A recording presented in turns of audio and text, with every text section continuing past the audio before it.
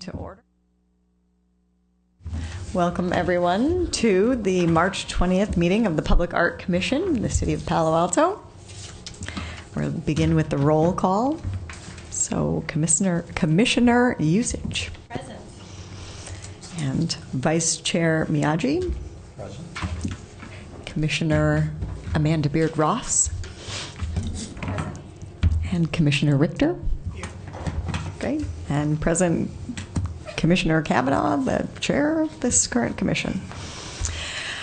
Okay, and then we have an agenda change. So I think that all we need to do is mention that item number, what had previously been 2, I guess it is still 2, Tony DiCenza won't be here tonight. So we'll probably have that in April. That's right. Okay. So that's a deletion from tonight's agenda. Any other agenda requests or changes? Call staff. Acknowledge staff. Oh, I'm sorry. Sorry. Oh. Of course, as though you're not in the room. How about our wonderful public art program staff here tonight? We have Nadia and Elise. Great, present, thanks. Sorry about that. My apologies, still learning. Okay, I knew I would. Acknowledging? Right, still acknowledging. I did go to a talk last night where a guy spent 20 minutes acknowledging and introducing everyone, and I thought, okay, get on with it. So I'm trying to be quick. Sorry. Okay. So the first thing we would do is our oral communications. Right? Am I correct? And we do have one speaker. We have Kimberly Lunt, who is from the city. So Kimberly, please join us. The microphone. Thank you. Hi. Let me just lower this.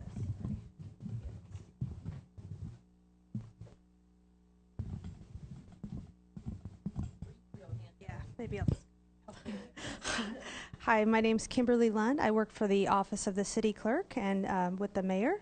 I was coming before you tonight to just mention that we are recruiting for the Public Art Commission, as well as 3 other commissions, the Human Relations Commission, the Library Advisory Commission, and the Planning and Transportation Commission. So I brought some flyers with me tonight. We're closing this recruitment cycle on March 24th, although if we don't have enough applicants, we may be extending that, but I just wanted to come by and mention that to your commission. And if you know of anybody who you think might be interested, my contact information is on this flyer. So thank you all. Thank you. I know many of us have been recruiting actively for new commissioners for any of the commissions, but particularly the Public Art Commission. So thanks, and hopefully we'll get some good candidates. Yeah. Okay. So the next item is our approval of our February 20th minutes. Hopefully everyone had a chance to take a look at those, and were there any additions, changes, deletions, corrections to that set of minutes? I didn't have any. Looked really good.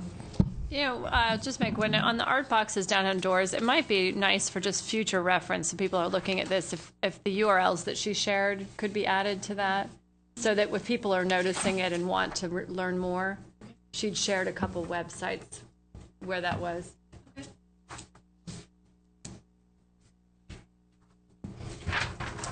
Anyone else? If not, can we have a motion to approve the minutes? So moved. And a second? Okay, thank you. And all in favor? Aye. Any opposed? No. The minutes are approved. Thank you. And now for Elise's financial reports. Which I suspect will go quickly, because if you look at the maintenance budget, there's no change from last month. So unless there are any questions remaining from the previous report, there's nothing different on this report. And we can move on to the CIP budget. And there are 2 minor changes to that. Moving from commitments up to actual cost are 2 items. The The stipend for Ala Ebtekar for the University Avenue Tunnel proposal was paid, and the payment to Verlander Design in the amount of $7,703 has moved up to actuals because he is in fabrication, and the piece is scheduled to be completed by the end of the month. Great. Okay, I'm missing something else.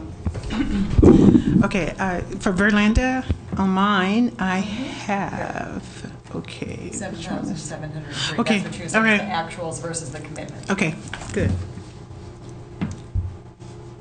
And you So know- does that mean that we still owe him, though? Is that why there are two? Because it ended up being like 9,000 instead of the 7. Does that mean that we still owe him money? Yes, we still owe him. So we paid half of the fabrication cost up front, and then we'll pay half upon the completion of fabrication, and there's a small amount left over until he installs the piece. Okay. And when is he installing? We're looking at about mid-April. Okay. Thank you. Did anyone else have comments or questions on the CIP budget? We will actually talk about it a little bit later. Just one of our items. Wait, just one note I have on here. Next. Under commitment, I'm sorry, just taking us back. Under commitments, site preparation for Caleb Fountain, it says place, calls it placeholder. And as I recall, that funding is coming from another department, correct? It was transferred in from another department, and it is being transferred into the overall project to go toward the plaza for the infrastructure of the fountain. I see, but it shows up here because it was transferred into our budget before rolling out there. It didn't go That's direct. right. It wasn't, the funds were not initiated through public art. Okay. It came from Public Works. Right. For the foundation, that is the foundation. And the line item under that is the artist fees that was coming out of ours. Right? Yes, that's correct. That's part of the original $50,000 contract with Michael Sotto. Right. And the I noticed the PAC matching funds for Stanford are there. What about the Stanford contribution? That's held in a separate account. I see. That's outside of this budget, That's and correct. it gets earmarked. Yes. So it doesn't show up, even though it exists, That's right. in the way like a 1% project Right. budget would. It's held in a separate place. Right. Okay. But it exists. They've. Yes. Yes. Maybe there's a way to put that on here and start, because someone coming in here for the first time only sees the 15,000 that we have, and they don't. If we don't talk about it, then there's no way for them to know that there is another portion of this fund. So maybe you could. And likewise, there you wouldn't know, be for a asterisk. 1% project. I mean, that where it could make sense to show that is like on a project status is sort of the total cost of the project and where the funds are coming from. Because quite often on a project, on a 1% project, the funds never roll it into this budget at all. No, you're You right. know, You're right. so it's maybe more as like a status. Yeah. part of it's like part of the project information in a way is right. Is the art cost for the, I don't know, however it gets designated, you know. But I can see that being helpful, particularly for people who are going to be coming on new and haven't been watching these projects for years and didn't vote on when it was up and so on. Yeah, I think it's a good point to make, because it's part of the process, I think, around the new percent for art and private development that we're going to have. And I think that was one of the challenges that the city staff were working on, because it isn't necessarily funds that roll through. They're going to be specific projects, but the tracking of the hours and so on is a big task. And then I think it's a similar one for municipal projects. as it is for kind of temporary or ad hoc projects. And so each one has its kind of own funding mechanism. And so it's maybe part of our conversation for that process, kind of the governance subcommittee and talking about process and kind of trying to have a better understanding of how each of those works, and maybe there's a way we can identify budget within those or something, because you're right, it is it's different because it's not dollars that we're voting on, but it's just a knowledge about what is something costing. Right. And so when someone asks you how much is that project to install, in the same way that we're finding it difficult to find other communities' information, it would be good to have a sort of tracking system for ourselves to say, oh, that was a $250,000 piece versus a $25,000 or something. Yeah, I mean, it's interesting, but I think we all agree it doesn't go on the CIP budget, right? I mean, it's a separate topic. Right, but it could be, you could star it at the bottom or something like that to indicate so that we'll know. Because even with Verlander design, that's why I looked at that and thought, okay, so here's 9,000 here, and then up here we have Verlander again. So without an explanation, it sort of looks like we've got a commitment to him for $3,000, and we got another commitment to him for $6,796.50, and then up here at the top, we've actually paid him $7,703. So if that was just a little bit more fluid for new people, particularly for new people. Okay. Actually, I'm an old person, and I was just wondering why I'm an old person. That's so it was before I joined, but so that was something separate from the percent for our coming through on the Mitchell Park projects that the commission decided to fund. Is that right? Which piece are we talking about? Verlander? That's right. Actually, the three pieces, the bollards and the entryway piece and the Verlander piece, were all PAC funded projects that were outside of the 1% to supplement the whole thing. So as the more we talk about this, the more I think that we could kind of group these by projects and so forth, so that when you see something on here that says stipends a la Epticar, somehow it's very clear what that's part of. Well, it says there University Avenue Tunnel Artists, but where the funds coming. Or maybe, I don't propose sort of more work, so if somehow in a way that it could be, I don't know, see what you guys think about, how it could be presented as part of an ongoing project cost. So, because when I first look at the Beth Nybeck as well, and it's $2 amounts that are the same amount right on top of each other. 1 day apart. And then I don't have the information in front of me, and I wasn't on that subcommittee to remember what the artist fee was. So somehow having this information in a format that indicates that would be good. Well, I think that the budget, is showing what the program is spending, right? So, that's what this is. I think what we're talking about is a recap of some sort around all expenditures. So it's like, no matter, regardless of how you want to format it, you're saying that you'd like to see it around what we're actually what things cost. Spending. Right. And then that actually dictates, from that information, you could say, this is worth this much to the city. Or in one piece of paper from 1%, we've spent this much on art in the city this year. Yeah. It's just like rejiggering the recap around the dollars. The big picture and the dollars. Right. Yeah. And just like like Kathleen was saying, is knowledgeable to have the sense of that as we look at projects that other cities have done and how much things cost. It also is helpful for us to be able to share that kind of information with people in our city, so that everybody's aware of what things cost. Yeah. It doesn't come for free. I do think it's a great point, just because the budgets go from the annual budget, and the dollars go across many of them, but we only look at the snapshot in time that is the annual. And so in order to understand the kind of before and during and after, you'd have to look at multiple years. And so it seems to me that it is something that as we hopefully get a retreat together, one of the line items was budget, and maybe this would be a way, we could tackle a couple of those topics among even commissioners to be able to start to say, what are the costs? What are the true costs? And it's interesting because obviously we're trying to be stewards of an annual budget, but then we're also curious about the longer trajectory on all of that. So I think that there is probably no more discussion on the actual CIP budget or the maintenance, but don't we have one other? What's always the third? Maintenance, CIP? Oh, that's all. Okay. For some reason, I was thinking there was another.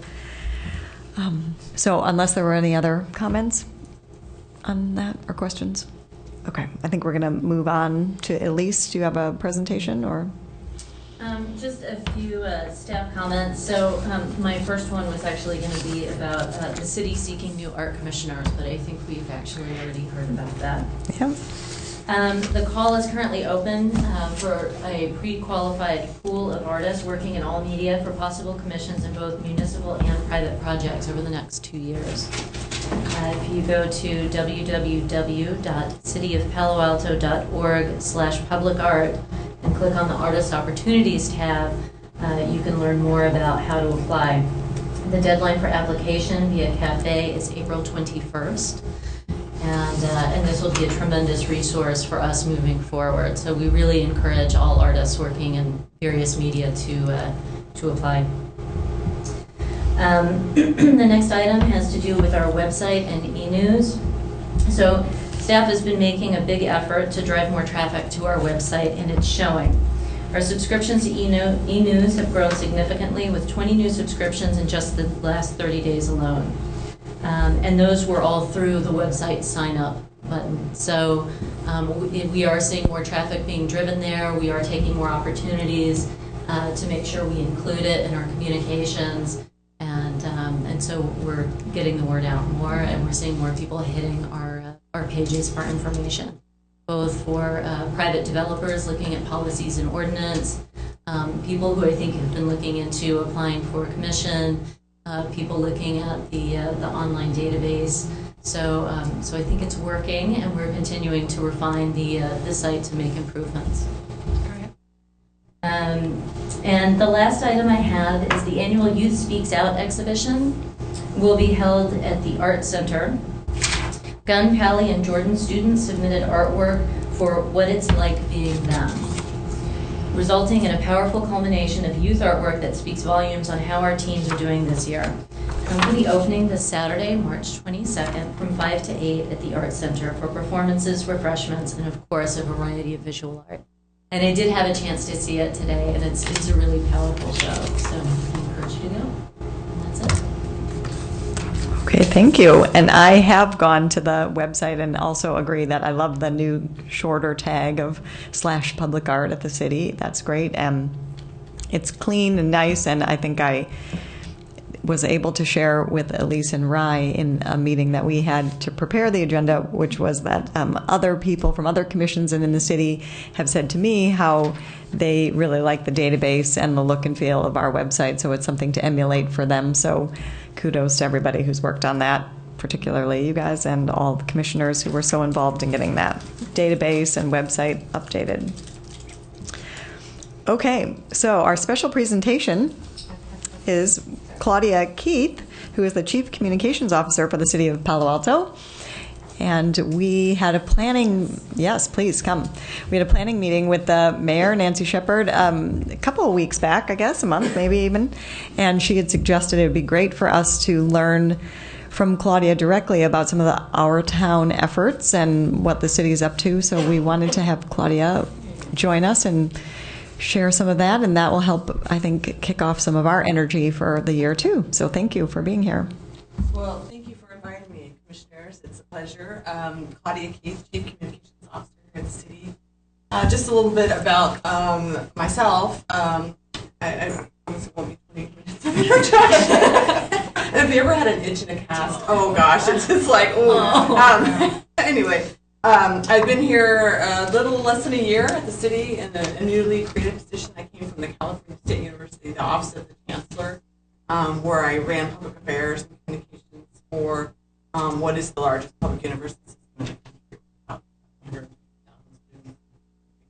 So have a lot of background in public entities, public sector. Haven't worked for a city, but many of the issues and sort of the dynamics are very similar. So I feel like I've been all things art today. I'm also in leadership Palo Alto, which Lisa's quite proud of. And we spent our day at the Art Center today. So that was really fun. I've been there quite a bit as a newcomer to Palo Alto as well for the past year. So it's really great to kind of spend the day doing something creative. Sometimes that doesn't always happen. So tonight I'm here to talk about our Palo Alto, which is essentially a community conversation about our city's future. So we'll just kind of go through a couple of slides that we've got here. You guys want me to turn this down a little bit? Sure. This really is just a visual depiction. The words itself, they're all, we've kind of changed some of the specifics, but just to give you some kind of sense of how we are looking at this. It's really basically three parallel tracks: ideas, action, and design, that run parallel but also intersect at many different points. And so we really, with this kind of concept, and our Palo Alto is really an overlay for a lot of different things, create opportunities for community dialogues in ways that we haven't been really engaging with the community, thinking outside the box for new ways to engage and connect with the community. So our Palo Alto is really just an idea to express the totality of sort of what I think is going to be a multi-year initiative that will have a very robust emphasis on civic participation, community engagement, but also have some sort of tactical and meaningful actions, and that's where the action design, so that people feel a sense of what we're moving forward and addressing the issues that we've heard about from the community. So that's just a very, very high level. A lot of this is sort of evolving, but let's start with the ideas part of it.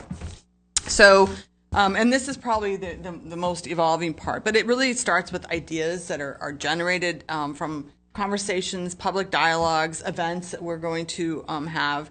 So a lot of these will take many different forms, and we want to create many of these conversations, beyond the borders of City Hall. We want to involve and connect with neighborhoods in new ways. We want to use technology to reach constituents and groups that we know do not come to City Hall or come to a council meeting, but really have an important voice that we need to hear from, and we need to figure out how to do that. So some of these things in the technology realm will include the relaunch. We have an online civic engagement tool called Open City Hall. We're going to have a much more robust social media presence. We're building an online microsite that will have a lot of content, a lot of ways to interact. It'll have a subscription to e-news, or our Palo Alto e-news, and a lot of other technologies to kind of connect those who we haven't been really engaging with. So ultimately, what we really want to do in this sort of piece of it is to build citizenship and participation, so that we can create a dynamic culture here at the city that's really a true representation of the public's voices. For the community in that process to really become a true collaborative partner with city government. We know we can't do all this by ourselves. We really need to engage with the community in a broader spectrum of the community. So this is a long process. This is not a 2-year plan that's going to have a finite end. What we're really trying to do is kind of have a shift in sort of how we engage with folks, how they think about the city and what we do, and all of the broad spectrum of things that are Palo Alto.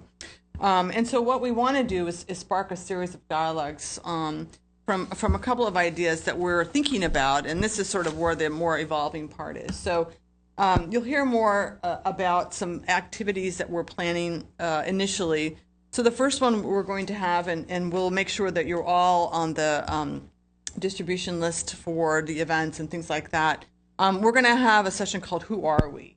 It's going to be a panel on demography, looking at sort of what's going on, who's in Palo Alto, who's living in Palo Alto. How's that changed over the past 10 years? How do we think it's going to change in the next 10 years?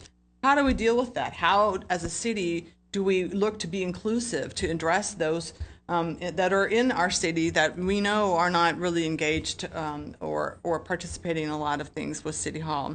As part of that, we might have, I just met with some folks that have It's called Made into America, and if you've ever gone or listened, I'm sure you have on NPR StoryCorps. It's sort of a similar thing, but it's a very cool website that they have. They got a grant for it, and that people tell their immigrant stories, where their family came from, in pictures, very visual, video.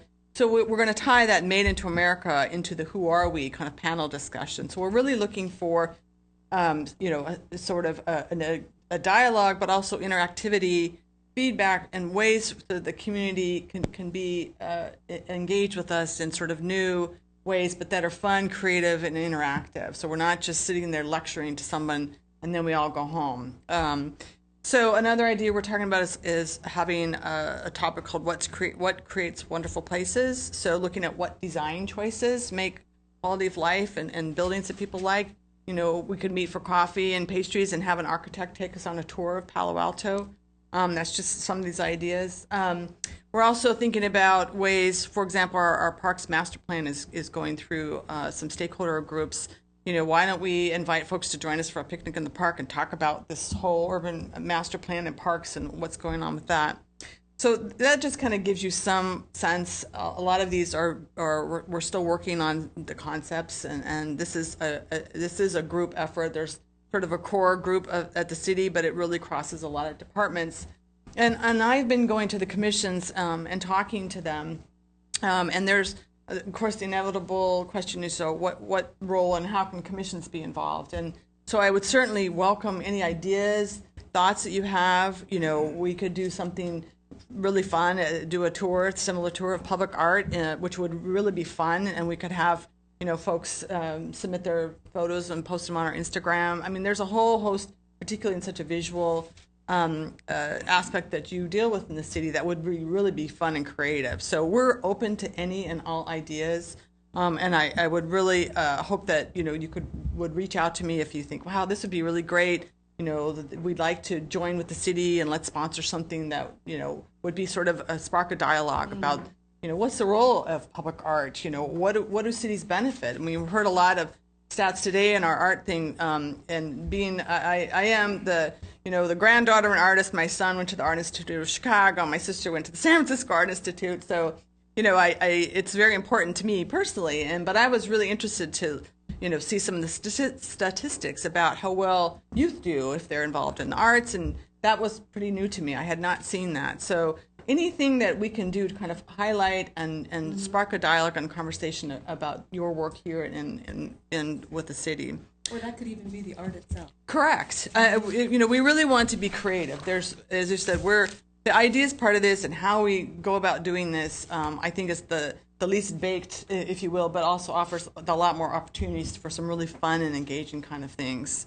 Things that we're also going to do to kind of get that civic participation piece of it is partner with like the Center for Deliberative Democracy at Stanford or the Institute for the Future, organizations that we have here in Palo Alto who are looking at ways to engage and participate and encourage that participation. We're also building a micro website that will be essentially City of Palo Alto / our Palo Alto. We hope to launch in about a month. It's quite ambitious, but it'll be sort of a portal that will have all the ideas, actions, design. We'll have a social media presence. We'll have a calendar of events. So it'll be sort of the place where everyone can go to kind of see all of these different things that are happening. We'll have an e-news, sort of an e-newsletter that we'll be putting together and all this kind of stuff. So a lot of things involved. We have our Palo Alto logo that we have designed, so we're trying to brand that as well. So that's the ideas part of it. So as we continue with our ideas dialogue, we are moving forward with some of the near-term actions, and a lot of these are on the council's work plan for 2014 that you've probably heard of, and what's on the council's agenda a lot. So infrastructure, our infrastructure plan, the council has decided to, go forward with the hotel tax and how that will come about. We're in the throes of updating housing element. Parking management, we have a whole transportation demand management program that's going through the council. California Avenue Streetscape, which we just broke ground on Monday. And that started and I think will be really beautiful by the end of the year and look really great. So a lot of these are really projects that come out of probably more the planning side of the house, but address a lot of the things we're hearing from the community, parking, traffic. So while we're having these dialogues, we want to continue to make some progress on things that we know are of concern to the community and sort of their immediate quality of life. And so the final piece is the design piece, which is a little bit more of the long-range blueprint, what we're calling blueprint for the future. So the Planning and Transportation Commission, as you know, has been working on an update of the comprehensive plan. The city has a new planning director, Hillary Gettleman, who's been tasked with finishing that update, which is about, I think, ambitiously a 2-year project.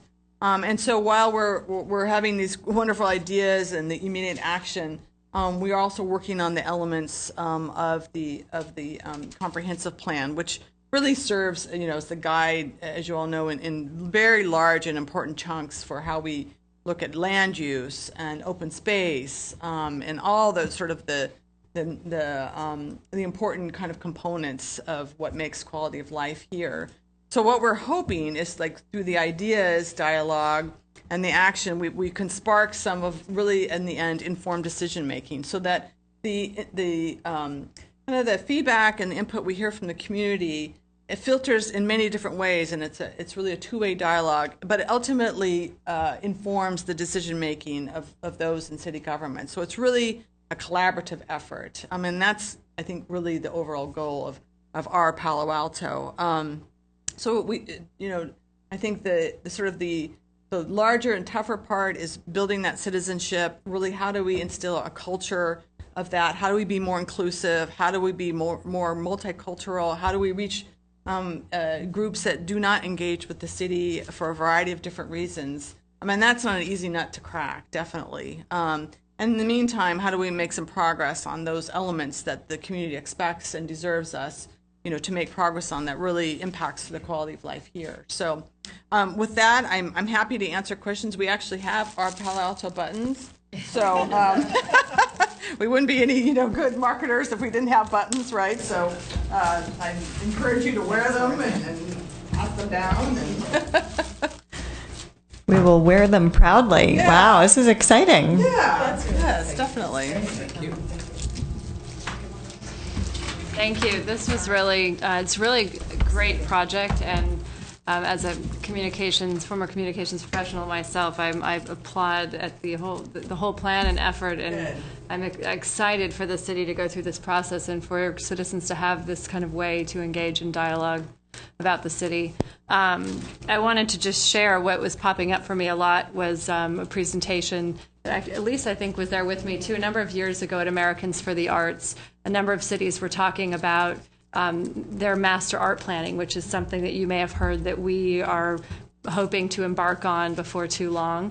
And the most successful kinds of examples of these were in places where the cities were doing this as part of their overall urban planning and infrastructure, and crossed paths with planning and transportation, and where the art was integral into the city's plan. And in Pittsburgh in particular, I won't forget that example, and they had it all online as well, that their art plan, it was part of the key as they designed their city going forward. And they had vans out in the streets where they would go interact with the community and get people's feedback on things. And I mean, I would say that, as a commission, it's something that we are always talking about, what are ways to get people's input on various things. And it feels like this is happening at a great time for what this group has been looking to accomplish, which is to go to the next phase of really doing some broad planning with stakeholder input from the community, from key people in the city who are invested in this. So it seems like a great opportunity to be part of this whole initiative. And to Amanda's point as well, there's so many great art projects themselves that do some of the things you were talking about, the Made into America piece. I mean, artists do this kind of work that, itself could be a commissioned project as part of the overall effort. It's another just nugget to leave you with. Yeah, no, certainly. I mean, I think the art piece of it and public art, it lends itself really well to kind of what we're trying to do and engage. I mean, Palo Alto, I can tell you, coming from Southern California and Los Angeles, it's so unique to have so much art and so much variation of art, and a community that really values art. And so I look forward to like brainstorming. We could have a brainstorming session about, you know, how, if you have an arts master plan, how would we guide community and do something, you know, fun, a night, you know, about art. I mean, there's kind of all kinds of things we could do that would be really engaging and really fun. It's got to be some fun, right? Absolutely. Yeah, I was thinking about our outreach subcommittee and that exactly. So last year when we had the development ordinance at work, we were thinking, okay, so, you know, how do we start to engage people in that way? And then subsequently, you know, thinking about the, well, once the ordinance was passed, and then we had now really, I mean, the new wave is thinking in terms of, hey, Trish, so Commissioner Collins is arriving. Just thinking about the outreach, we were thinking about using technology and just going out to the communities to be able to engage them to get the input on any of the projects that we had. So, I mean, it was like a super dovetail exactly into what this year's plan is for the city council. And then I'm glad to hear it's going to extend, because you'll hear later, one of our discussions is about trying to get our master planning going.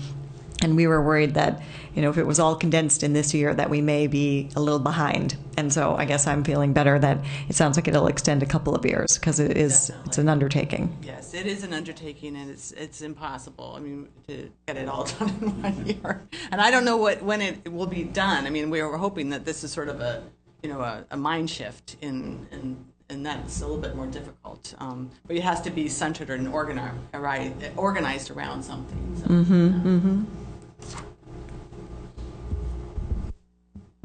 So, Claudia, thank you very much for the presentation. I have a couple of questions. The hotel tax. Palo Alto doesn't have a hotel tax right now at all? We do. This is to raise it by 2%. Okay. Yeah. But that'll have to go to a vote. Correct. And the council has not voted to put it on the ballot for November, but that's the type of tax that they have decided. Okay, yeah, and it's a supermajority, so that's a problem too. But right. It but the residents don't pay the taxes. Right. The visitors pay the tax. Right. That's, so we did that's a way lot to of pass polling it off. to Yeah. kind of winnow down, the possibilities, and that one polled very, very high. Yeah. So you'll hear more about that. Now, a couple of things under the ideas part of it.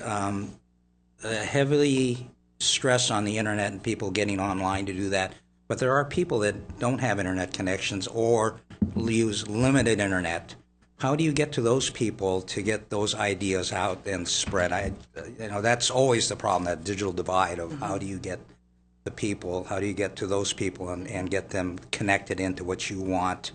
Yeah. The information to flow. Yeah, and I completely agree. We are partnering with the libraries quite a bit. They do a lot of sort of civic participation, civic engagement as part of being a library, which the role of libraries is really evolving in cities. And they do have people who come to the libraries regularly to check out books. So we're partnering with them with some ideas about non-technology ways, because we do recognize there are a big segment of the population that isn't very comfortable on the internet or getting information, emails. So we don't expect that technology is going to solve our problem. Definitely not. But we do also know that we are not engaging with the younger generation in Palo Alto. I'll call them the under 40s. We know that they have a lot of good ideas, but they're not going to read. They're not going to come to City Hall, but they might, if you had a web chat or something in social media, they probably would be more interested. So it's really a balance. And we also need to look at multilingual, Right. We have a very large Asian population that really does not probably, pay much attention or come to City Hall. They may come to particular events. So we really need to go out into the community, their community, and not expect them to come to us to find out, how and what would, be of interest to you to engage. When I was at the California State University, we had a huge outreach effort to reach African American, mostly males, because they don't go to college. There's a very low college going rate. I think we had 450,000 students with 7,000 African American males. So what we did is we had a huge community outreach where we partnered with really large African American churches and their congregations. We had a whole how to get to college, what it takes to get to college. All of our presidents for 8 years would go, we called it Super Sundays, and talk to the congregations about how do you do that. And it really does take that big of a global effort just to get people the information. But the point was that we didn't expect them to come to a college campus. Some families had never, ever stepped foot on a college campus ever. It's intimidating. Where do you go? Where do you get information? So it was really important to go where community gathered, and that's very important. And so I would imagine that we need to figure that out for those populations that aren't coming and we're not engaging with. So any help or any connections or networks or things that you think would be a good way to do that, we'd be most appreciative. Now, another important part of the population is that the population of Palo Alto Monday through Friday more than doubles as the workers come in. So to outreach to them and want them to come back to Palo Alto during the evening or the weekends to eat here, to use the facilities, the art, and all that. That's an important part of that segment to try to outreach to as well. And that's a tricky one. That is definitely a tricky one.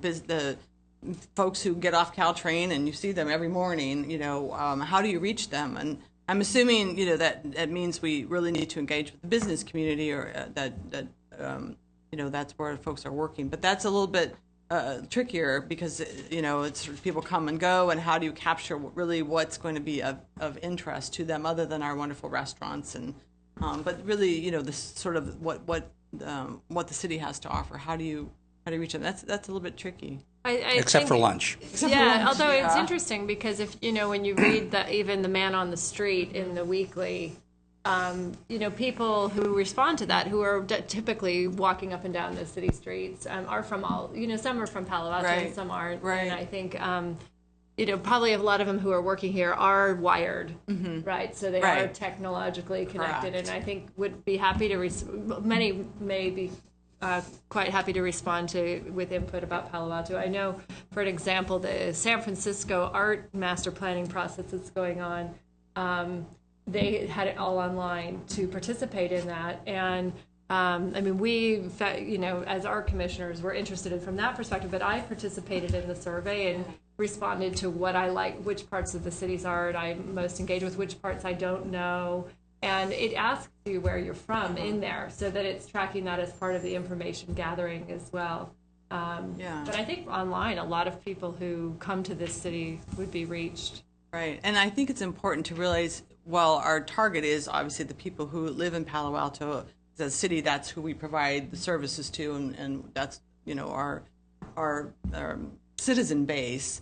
It is important for the experience that people come to Palo Alto to work, to recognize that experience too. And so I think that's a very good point. And it's a fluid place, so that people who work here might be someone who would become a resident here, or has, or it's right. That's right. And you do have a university-based campus, because those students are over there for 4 years at least. If they come in as freshmen. Right. So, absolutely. And that's another thing is tying it, with the wonderful resource that Stanford really is. Coming from a higher education background, I can tell you, it was interesting. We heard from the gentleman who is in charge of the art district that they're creating, and gosh, I think he said they raised like $270 million for, the arts initiative just at Stanford. And I thought, wow, the California State University, many who, were so reliant on state funding. And I mean, that was like the whole collective for all 23 universities had raised that much. I thought, wow, okay. So it's really a gem, definitely. Anyone else? Comments, questions for Claudia? Thank you so much. We really appreciate it. It's energizing. Yeah, I look forward to continuing the dialogue. Absolutely. And, please reach out to me, and I'll keep in touch with Elise and as we kind of go through this process. So. Great. Thank you. Thank you for inviting me. Thank you.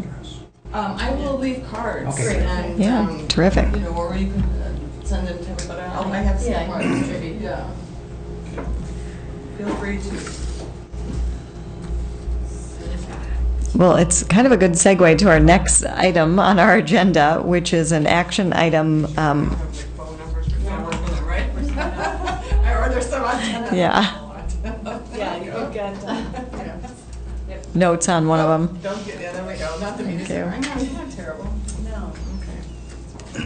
you're not passing out the pad to other people's words, are you? Yeah. I've almost done that. Yes, I did. So, and we have pins there, so. Or my card with information, if you get pinned to somebody else's information on the back. Yeah. Yeah, and we all got pins, yes, so we'll wear our, Wear your pins proudly. yes, right? wear them proudly. Thank you very much. I appreciate it. All right. It's really exciting though to see the city moving into that integrated part to work with public arts, because I think when we first came on, a lot of us were part of that first set that came on, and we kind of felt like we were lonely because Yeah. we were alone. So that's very good. We've progressed in 6 years, yes. Well, good.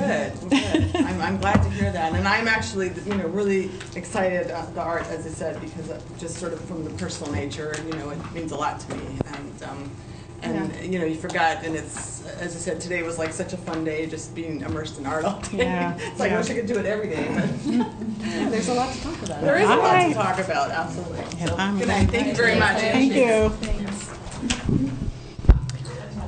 Okay, as I was starting to say, we have, moving into our action items on the agenda, one of them is something we wanted to talk about related to the budget and master planning. And so you might recall from last month, we started with a recommendation or a discussion that I initiated around looking at the Artist Reaching Communities allocation and seeing whether or not that was an opportunity for us. And we all kind of agreed that we needed to get more information about that and kind of tabled that to talk about it during the retreat.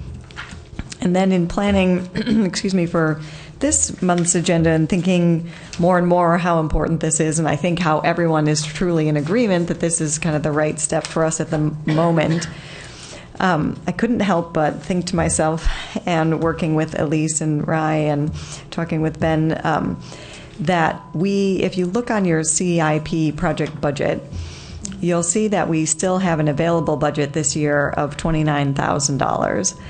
And so the discussion I wanted to open for action was to consider actually allocating $25,000 of that $29,000 to initiate a master plan project, so that we can still review the Artist Reaching Communities allocation at some point once we have some master planning happening.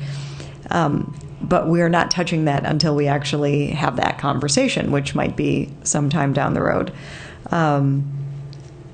So just sticking with that idea. So which part? The whole thing? No, so it's the intention to allocate, the intention to. I'm proposing, so it's an actionable item tonight, and we can have a discussion about it first, obviously, that of our remaining available budget. So, I mean, we could certainly, I think, make sense to take some time to think about what's happened from July till March 20th.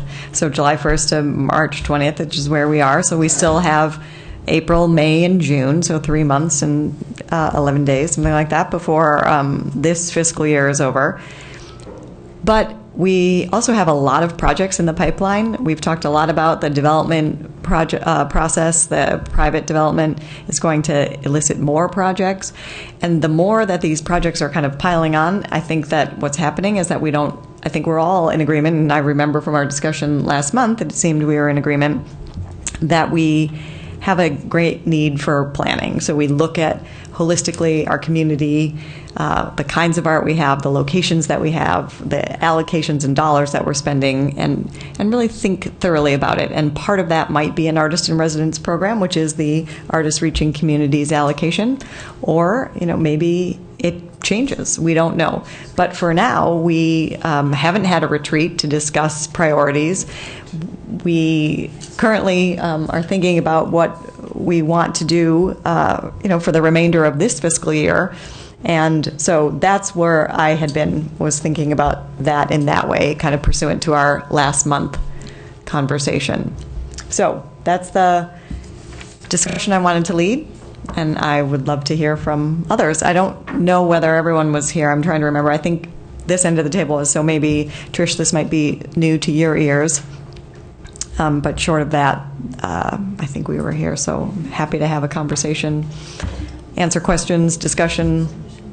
So I really support the notion that this fiscal year, the most important priority that we have, I believe, is launching the master art planning process.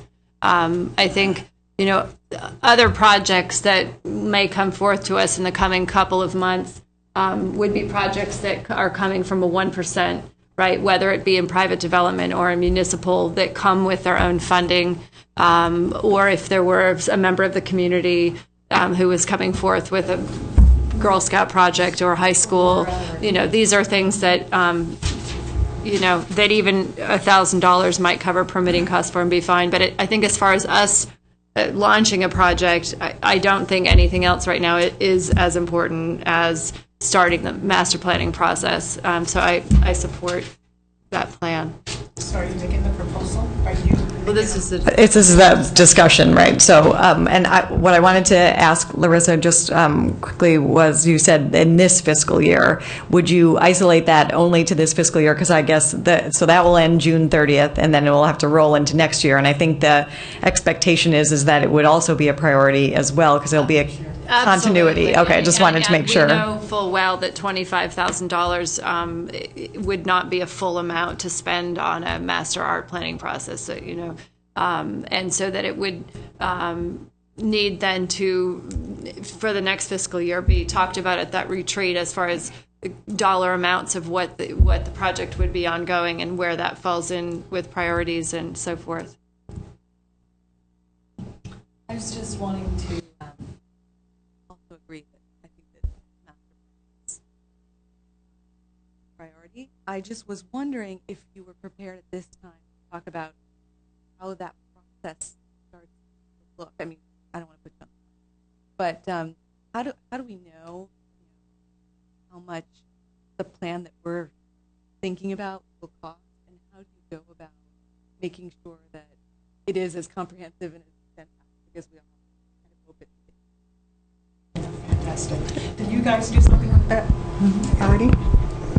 Do you want to talk a little bit about the master planning process in San Jose? In San Jose, we did the master planning process, and you sent out an RFQ and then an RFP, and then you go from there and you pick a consultant and there are plenty out there, and they're all very good, and you pick one that really aligns with what you want to do, and then that consultant comes in and holds public meetings and talks to stakeholders and all interviews, city council as well, everybody, and then comes up with a plan, and then that plan then goes out for public debate as well. You have public meetings to talk about the plan, and you craft it, and in San Jose that public art master plans become part of their general plan, or I guess would be the comprehensive plan here.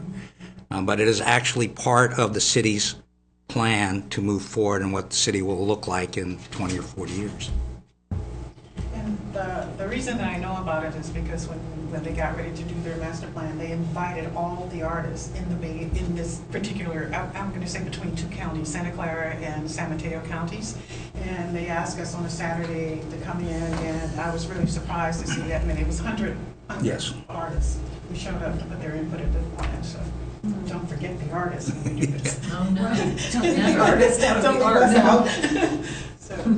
I think that you brought up a good question too, though, Amanda. You kicked off the question of, if we approve $25,000 tonight, and this may be a question for staff, initiating that process and doing the RFQ, can that be done then removed from a determination of what the budget would be in the end for the master plan, or how would you handle that? Based on our research thus far, we're looking at about $50,000 for the master planning process for Palo Alto. I think what we had spoken about before and what we've talked to Ben and Kathleen and Rye about was this idea of having a retreat where we could all really talk and deep dive into different types of master plans. What is it we want out of this master plan so that we're ready to launch the RFQ this summer is the hope. and then move into an RFP. So the idea is that we really want to move forward with it. There are also good budgetary reasons to show that we are that there is some serious intent to move forward with that, and that the commission intends to fund it. And so, so that's the thinking, that we're looking at about $50,000. We're hoping to launch it this summer, and we know it's going to be a labor-intensive process, but it's something that really does need to happen. How long do you think, like, a process like this takes? Like, when would you, from the initial, like, confirmation of a consultant to do it to, like, actually publishing a plan? What's that timeline? A lot of that depends on how much we're asking of them to scope. do, but I would Yeah. expect it would be a year-long process. 9 to 12 months. And so if we, to commit the 25,000, even if it's not spent, then in this fiscal, we're able to commit it, is what we're doing, right? We can commit it, and also with our research and the fact that we're formulating an RFQ, it's clear that the commission's really serious to move forward with it. And just to offer a slight perspective around how much time, so for example, let's just say this is a professional consultant that's out there and it's one person working, and let's just say that they're, and I don't know what these people charge, but I'm just going to guess $100 or $125 an hour. If you took $50,000 and divided that by 125, that's 400 hours. So if you said that they worked 20 hours a week, which might be a lot, I don't know, it depends, and then that is basically 5 months, 20 weeks, right? So 20 weeks is 5 months.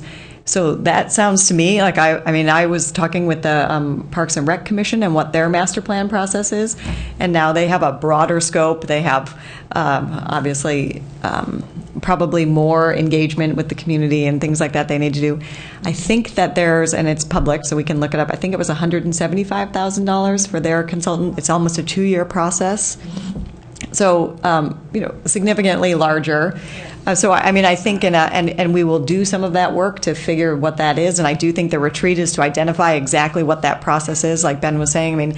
I well imagine from my own goals and aspirations is that we would have at least a couple of community meetings hosted at venues throughout the community where we engage people. So there's a lot of press and working with somebody like Claudia, for example, to get the word out. So there's a lot of planning that goes into it. So first it is identifying the scope of work, and then and seeing what it is we want to accomplish with all of that, and then that person literally going out and doing kind of inventories and understanding what we have through community meetings, all through all of that.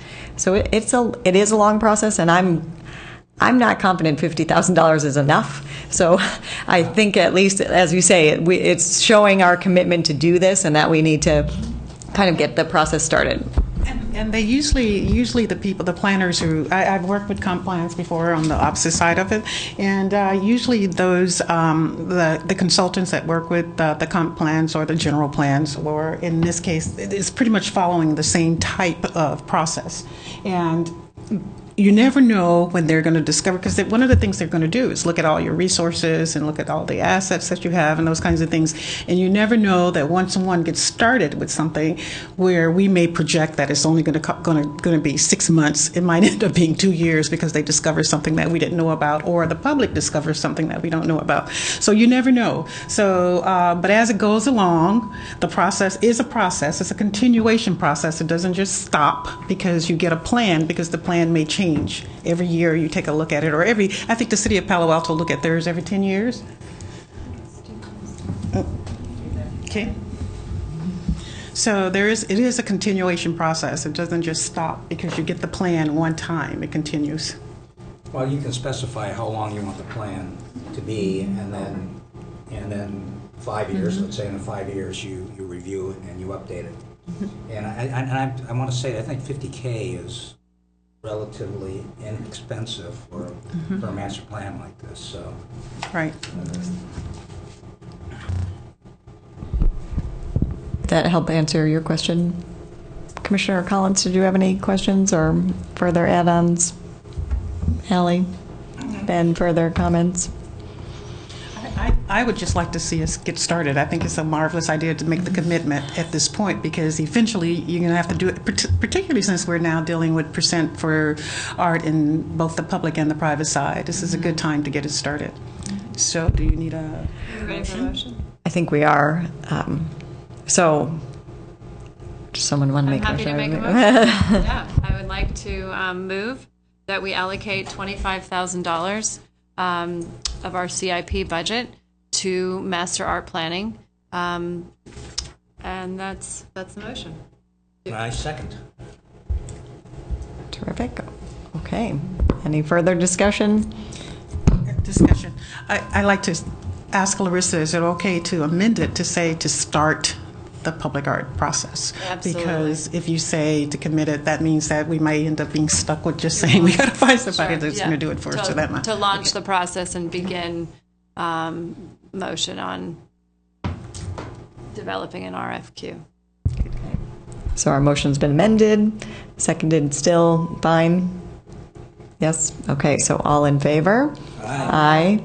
Any opposed? I didn't hear any. Terrific. Thank you, everyone. That's a really exciting step for us. And yeah, I think certainly the public art program folks are going to be excited too, because their heads are spinning as they have to go through project after project. And how's this tie into the other one and that kind of thing. So I think it will help all of us. It's really an exciting thing, which again, we'll hope to get to a retreat to talk about all of this.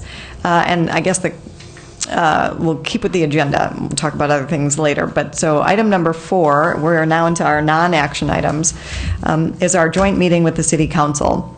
So again, and probably a good segue from our meeting with Claudia, there is a draft that was provided to everybody, and I'm assuming everyone had a chance to take a look. I know one thing that, thank you, Nadia and Elise, for putting this together. I think, do I recall that you've added quite a few images since we saw it? No, maybe not. I was going to say I thought we had to add more images because maybe I looked at an earlier draft and. Well, I think there's plenty of room to add more images, especially as we do the looking forward on master planning to really sort of inspire people and get them excited. But the intent of this, as with previous years, is that staff has gone ahead in consultation with the chair and vice chair and with the mayor in sort of skeletoning out the presentation and some slides. So we would like to get input on the slides. And as you all may recall, usually we sort of choose which commissioners are going to speak to which slides, because this is a commissioner presentation to the council, and we were asked to keep the presentation to 15 to 20 minutes so that there's adequate time for discussion, because as you all remember, there's always lots of animated conversation and questions at the end. Yeah, so I actually was in the meeting with Elise and Ben when we talked to the mayor, and I felt like the really strong message from her, and something that I'm excited about, is that the commission we probably don't want to ask a lot of the council members. They're busy, right? They have specific action items that they're dealing with. So if I were to comment on the presentation now, I have not been to any of the joint meetings, so I am a complete newbie and novice.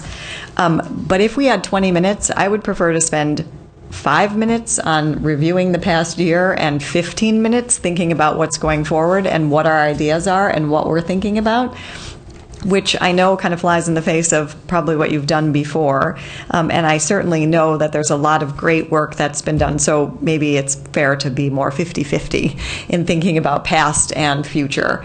But I do think that it would be great if we all, even if we were 5 to 7 of us in a meeting, assuming 5 or 7 of us are at the meeting, somewhere in there, and if we all had 2 minutes to talk about what our vision for the future is, that might be kind of an exciting thing to leave with the council members, if we were to divide the time sort of 50-50. So those were kind of my thoughts without getting specifically into each one of these PowerPoint slides, but knowing full well that you can't whip through slides faster than maybe a minute a slide or something. It might be that if we're trying to keep this pretty tight, we might want to think about editing it down. But those are my thoughts. And the nice thing is, too, is that we can include more information for them in their packets that they get to keep than we necessarily have to talk about. Good point. So that's another way to share more, especially things like visuals. If we're able to do color copies,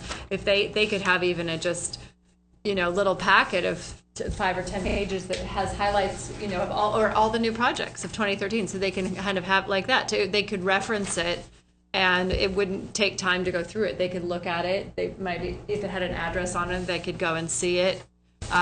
This is a nice way too with the collection up. I know in the past what I've liked is when we've done it when everybody comes into the room, there are slides going. Mm-hmm. This would be a great thing just to have playing, because when people are settling or when the presentation is over and people are leaving,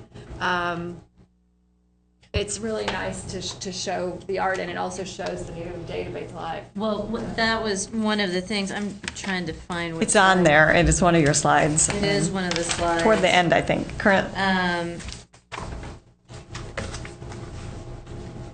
noticing Aurora's there. Have we been doing all? It's temporary. Yeah. So are our other temporary projects in there now too? Well, it's accession to. Yes, temporary projects are on the database, so you can go in and just read some information. Great. About the projects. Yeah. So what? Is this up and running now? Oh yeah, it is. Yeah. So that cool, so nifty on website. other accomplishments this year with the picture of the Olivera, Olivera, yeah. so it's on the top of page 4 in your packet.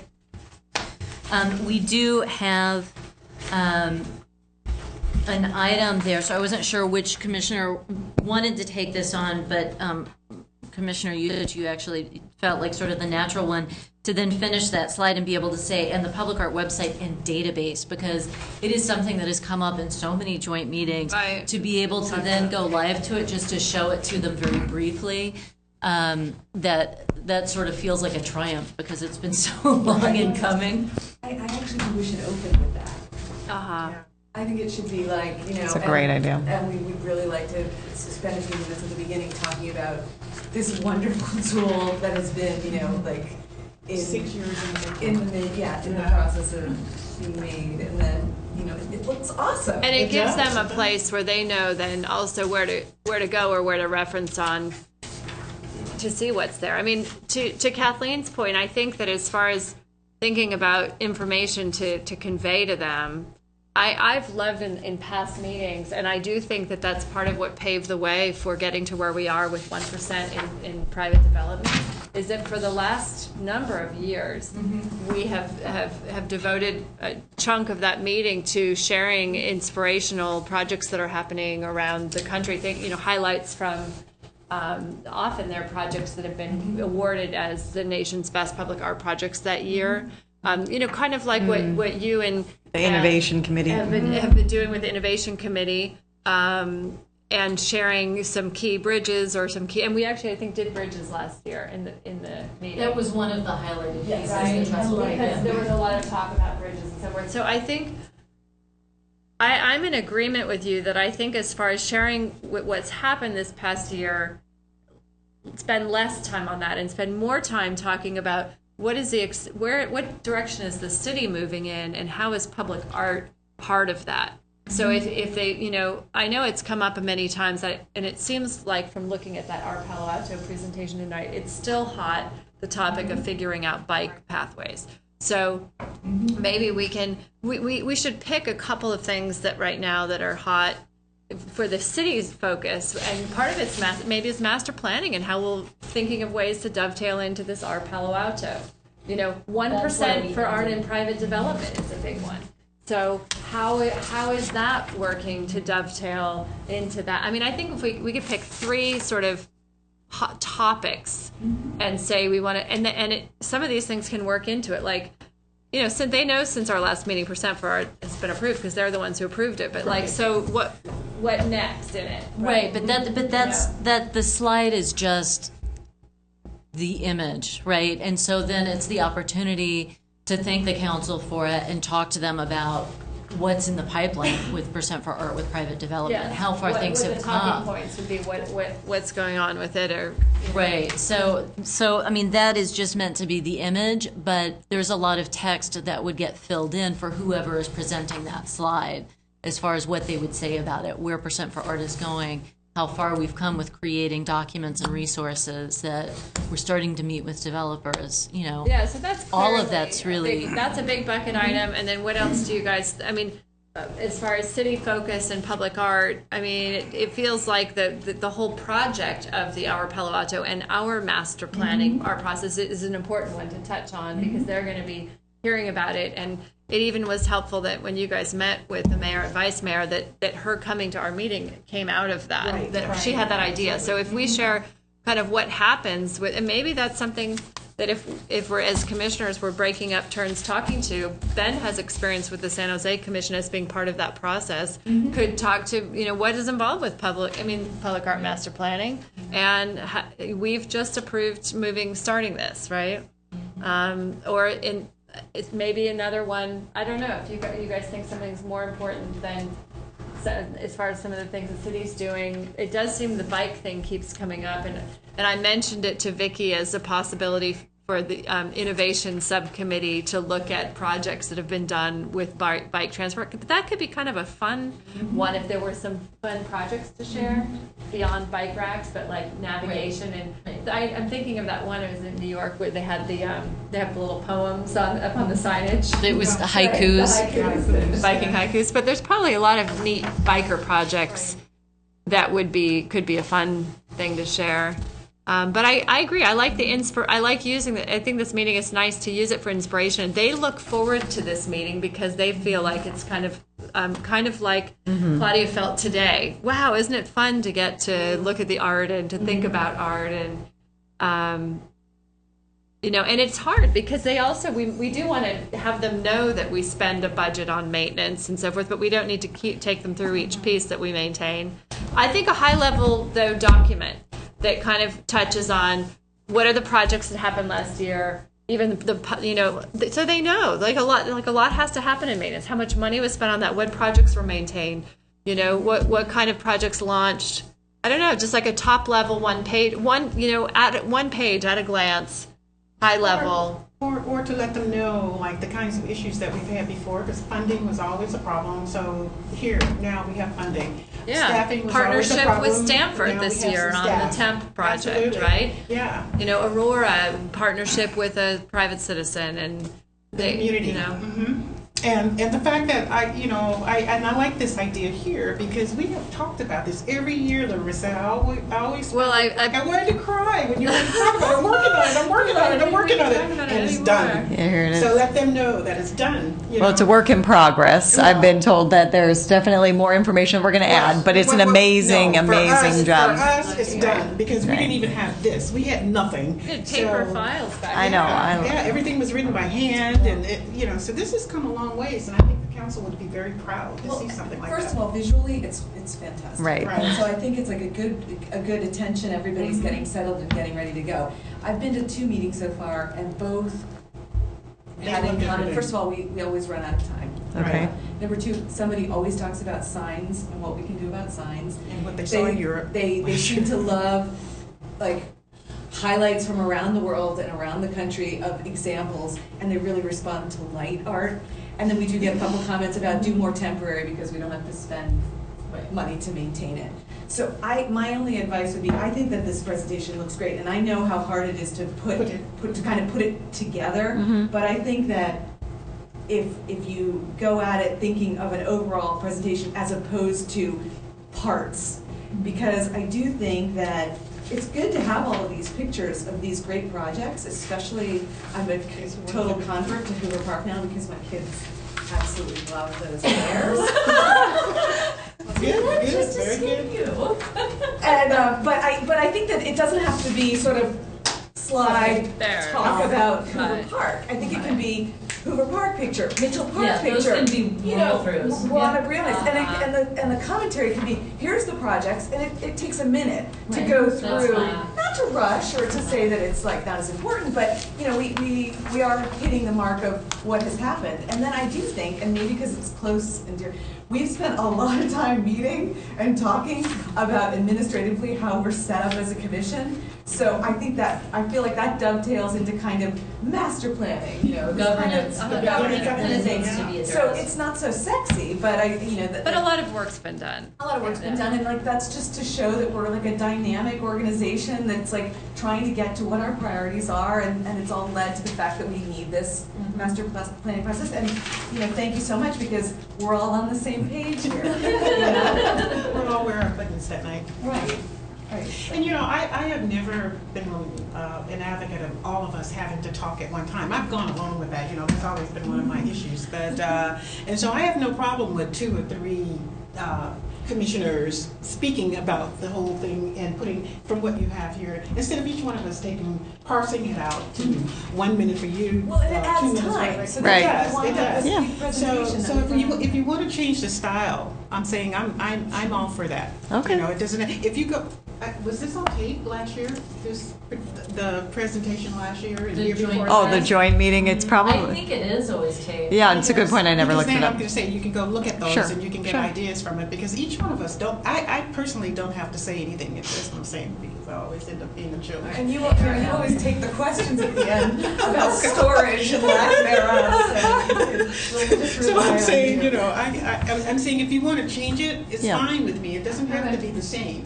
So, and since you're working very closely with staff, and you can, if some of the ones who've done this in the past, if you want to agree with that, I don't know, you can. I'm in agreement that I leave it to what you think is going to work best. You will be the one leading the meeting. Well, I was just, okay, so these are all great ideas. Just so you know how the saying we're format open of for it. I mean, I options. remember from last time, just in the same way you set, when it starts and kicking it off, that will be, what you do. Presumably, typically, our presentation is kind of what starts the meeting. Have we done introductions? We usually do Yeah, we introductions do if people introductions. don't. Sometimes because people haven't met all the council members. They And call we have at new the council beginning. It's members. just Yeah, so you get a- calls right. roll at the beginning of Calls the meeting, roll. like a regular meeting. And then I think what I did last year is I remember introducing. There would have been somebody new to. And there are new council members this time who have never met with us, so they have no idea. But, Well, they've interviewed. Now they aren't always the ones who've No, interviewed because them they because the haven't new interviewed ones us, haven't interviewed yeah. us. So I think thanks for all of this. I think I have a pretty good idea, and I think working with these guys, I'm going to run through it quickly. If I'm the sort of MC, master of ceremonies, and help with the introductions, that would be quick. I think that the commissioners, Allie, Trish, and Amanda, would be terrific at kind of doing the quick overview of the projects.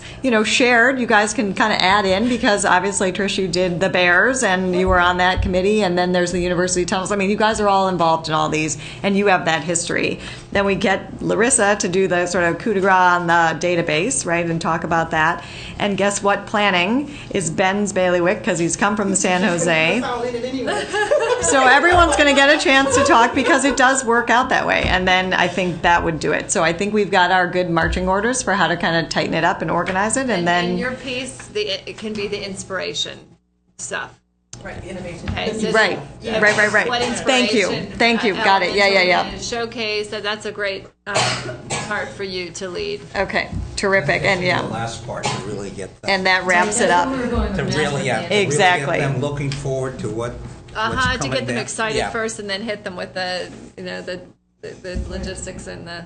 So it, They're just going to be So break it knocked down, out. let us just put it together, and we can. right. I think that's exactly what I'm thinking, is that if we take this, we add a few talking notes to what the highlights are and who would share that and how many minutes they get total, and then we'll kind of have it parsed, and boom, guess what? That meeting's April 7th, unless it gets kicked. But for now, that's the next thing we're going to do. It's about 2 weeks away.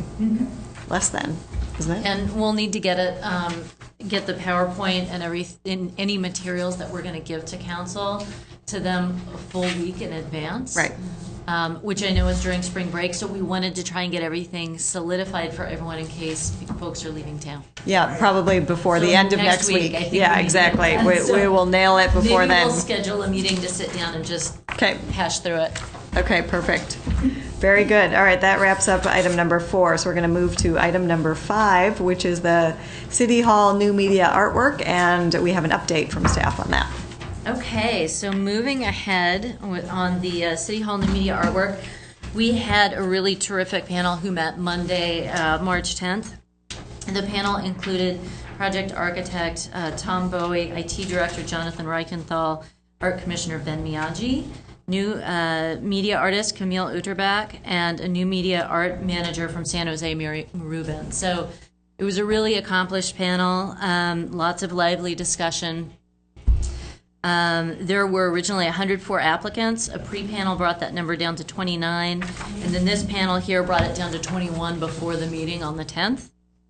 5 artists were chosen to create site-specific proposals, and I mean, Ben can speak to the caliber of the artists we were looking at, but it was really exciting to see who all applied, and the panel kept commenting, wow, you all got some really good people who are interested in this.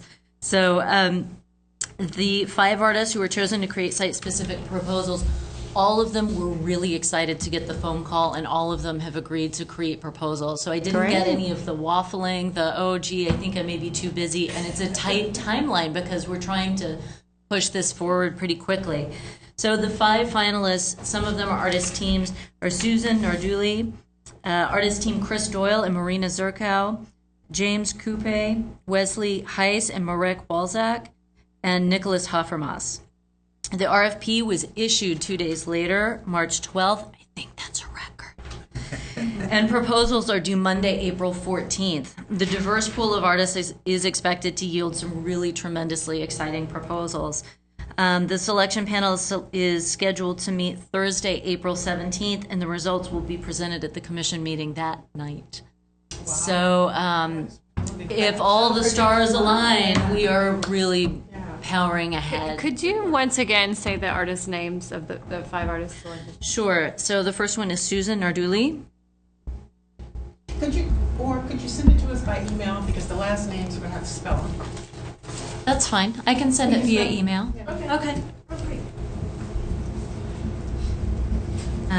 So that is the update. I don't know if Commissioner Miyagi wants to speak at all to it because he was there. Yeah, it was very interesting with the 29 and then whittling them down to 5, and you had veto parlors, so you know, if somebody was voted out, somebody could bring them back in. So that happened a couple of times, and it was call that the interesting. lifeline. Yes. Call the lifeline. It was very interesting, and the comments, and it's very exciting because they are new media, but they're different types. So it's going to be interesting to see what proposals come up with these artists, and I'm really excited to see what happens here, because we got 5, and we'll go down to 1 and see what happens. But it's going to be interesting and exciting what comes out. It's going to be a tough choice. Yeah. I don't envy you all at all. So how many get chosen? 1 team? Is that what you're saying? Only 1? Could you also send us their websites? Do you have websites for them? Sure, of course. Yeah, give us an opportunity to see them, even though 1 only gets chosen. That's great. Yeah. But they do go into our new artist database, right? These artists were placed into the new artist database that you're creating? Well, It's a call. They are invited to submit their qualifications to the artist call, which is live on. There's the newsletter sign up.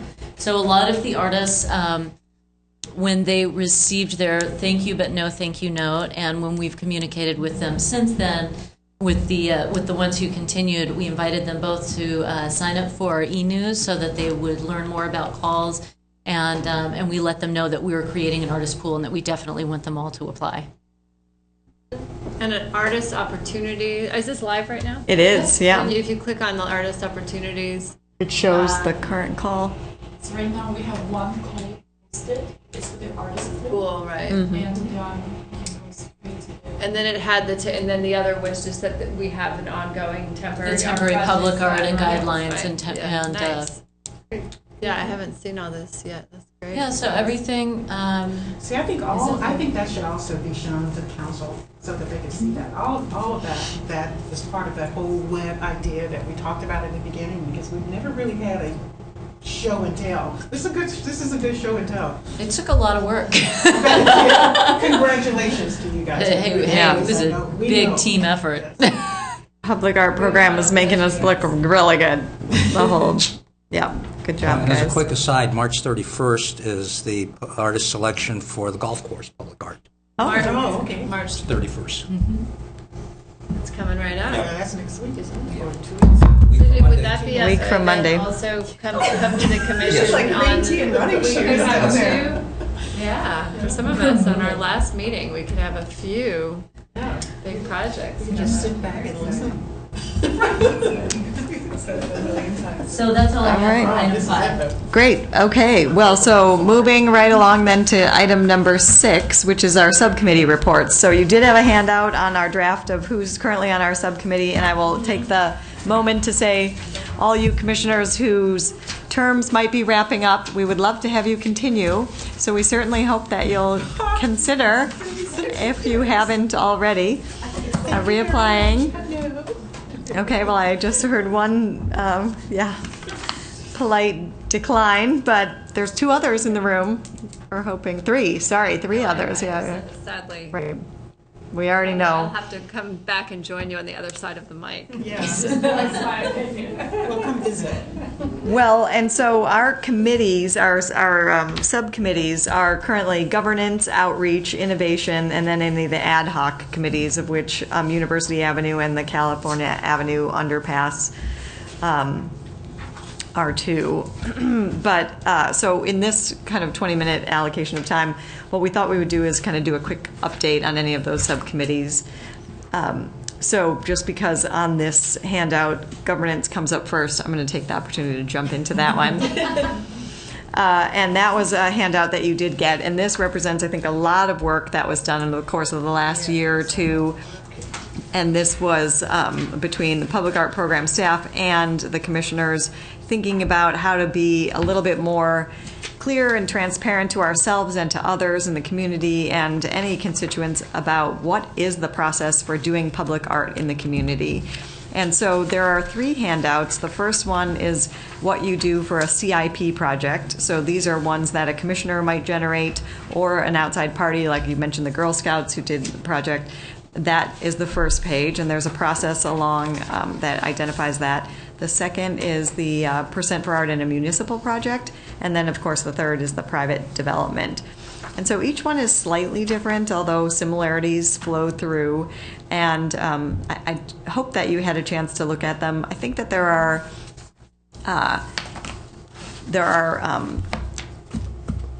other elements that we'd love to add, from the governance subcommittee, which include, looking for my notes, like a temporary art one, since that's kind of a big thing of what we're doing. If there's a process around how we initiate or do that, that's kind of one.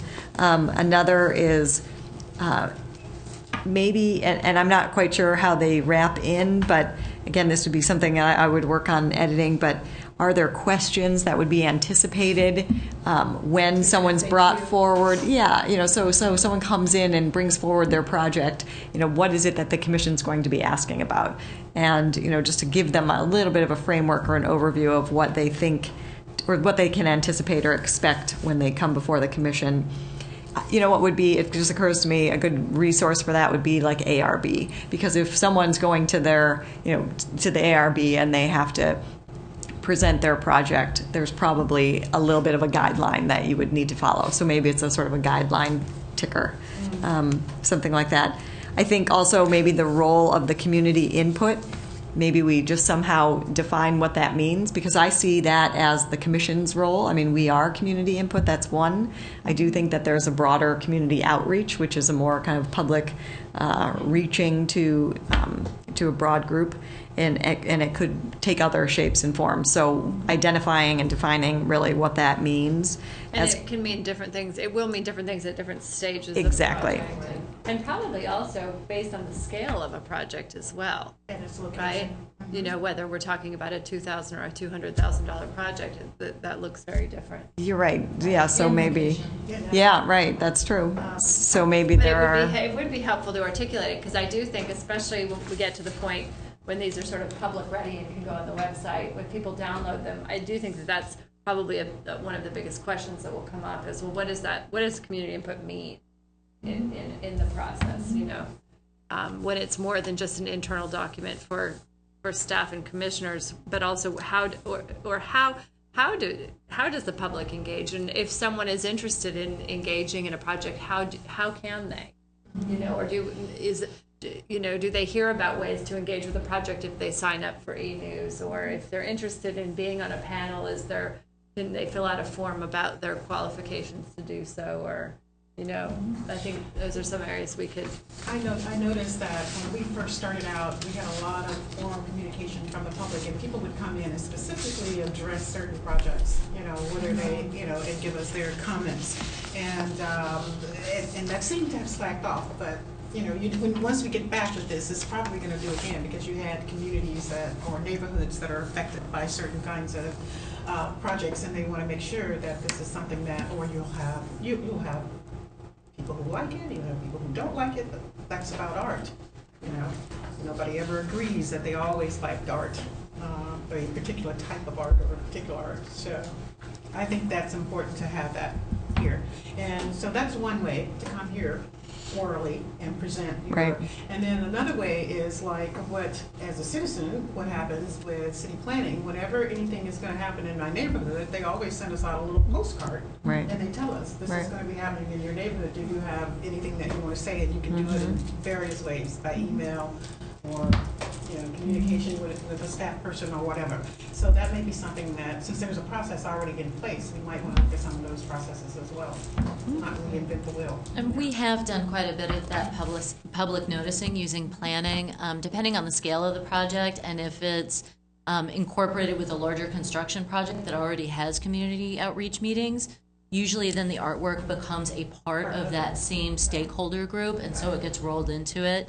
Other times we have mailed letters to the immediate surrounding community. So for instance, before Aurora went in, we did a huge mailing around here in downtown. Before Hoover Park, we sent a one-page informational letter out and distribute it through the Midtown residents as well.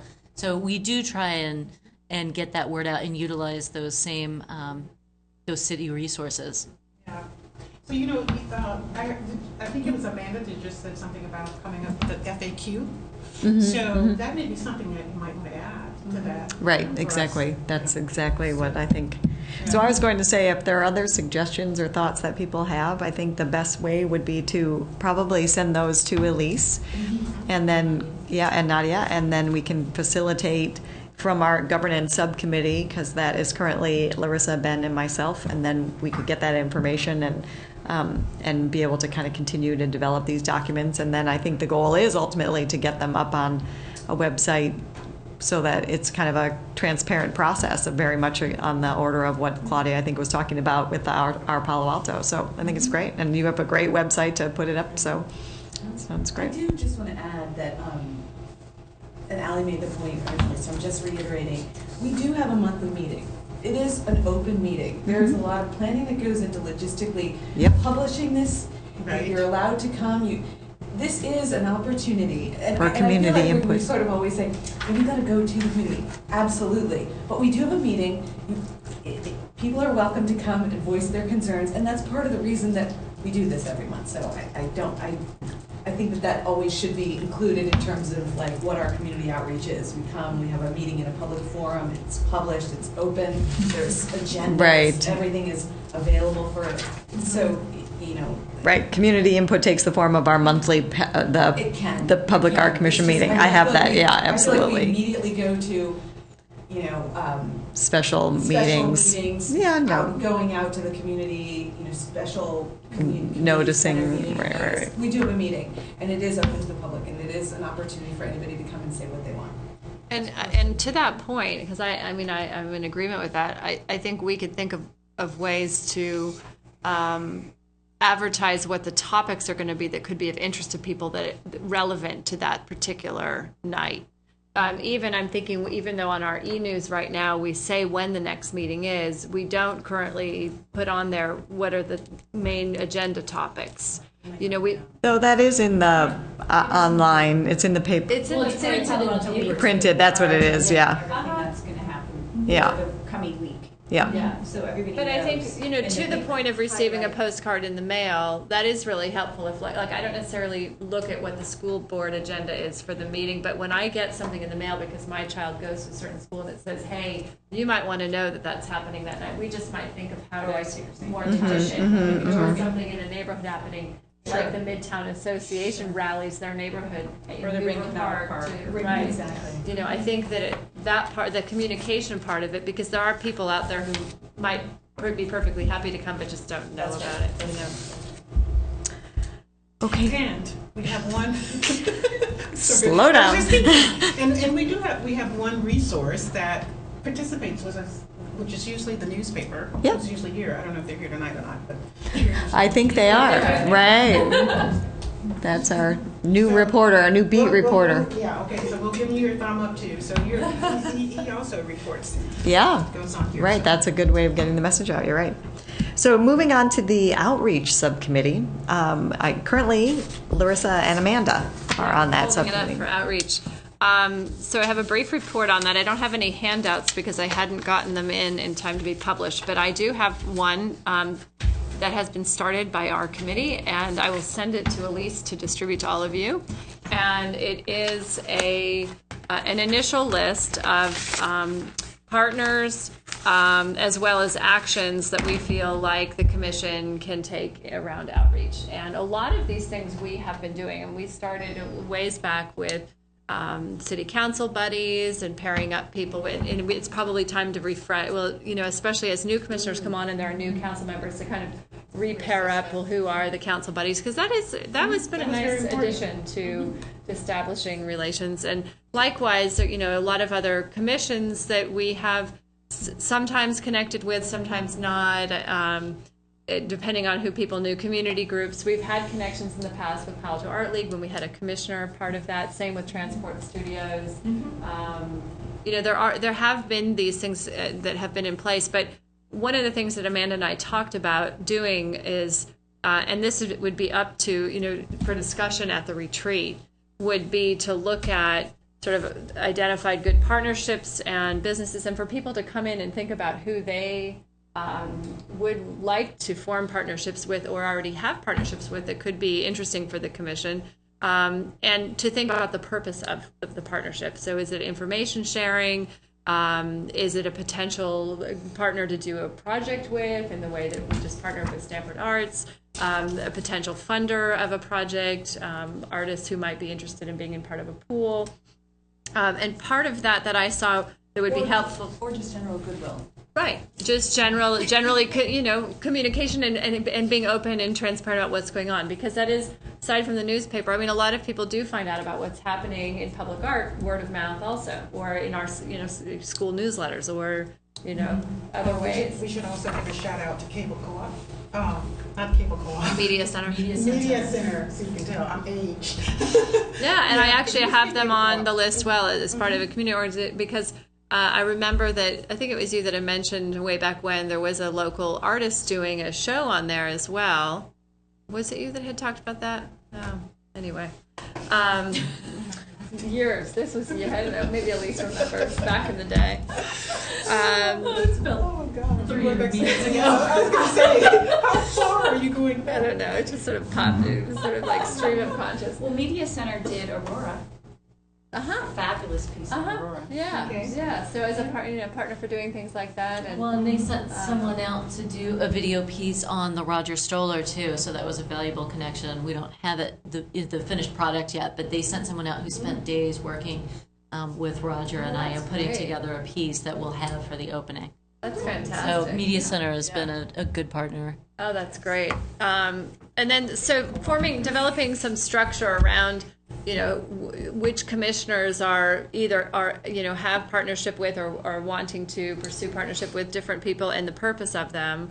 It forms then a basis to kind of be able to track that, or say, report back in a meeting and say, oh, I followed up and went to a meeting with this commission, and it might be just a quick update, but it's informative. Even like right now, how that the Parks and Rec is going through their planning process, and just that information sharing is really helpful.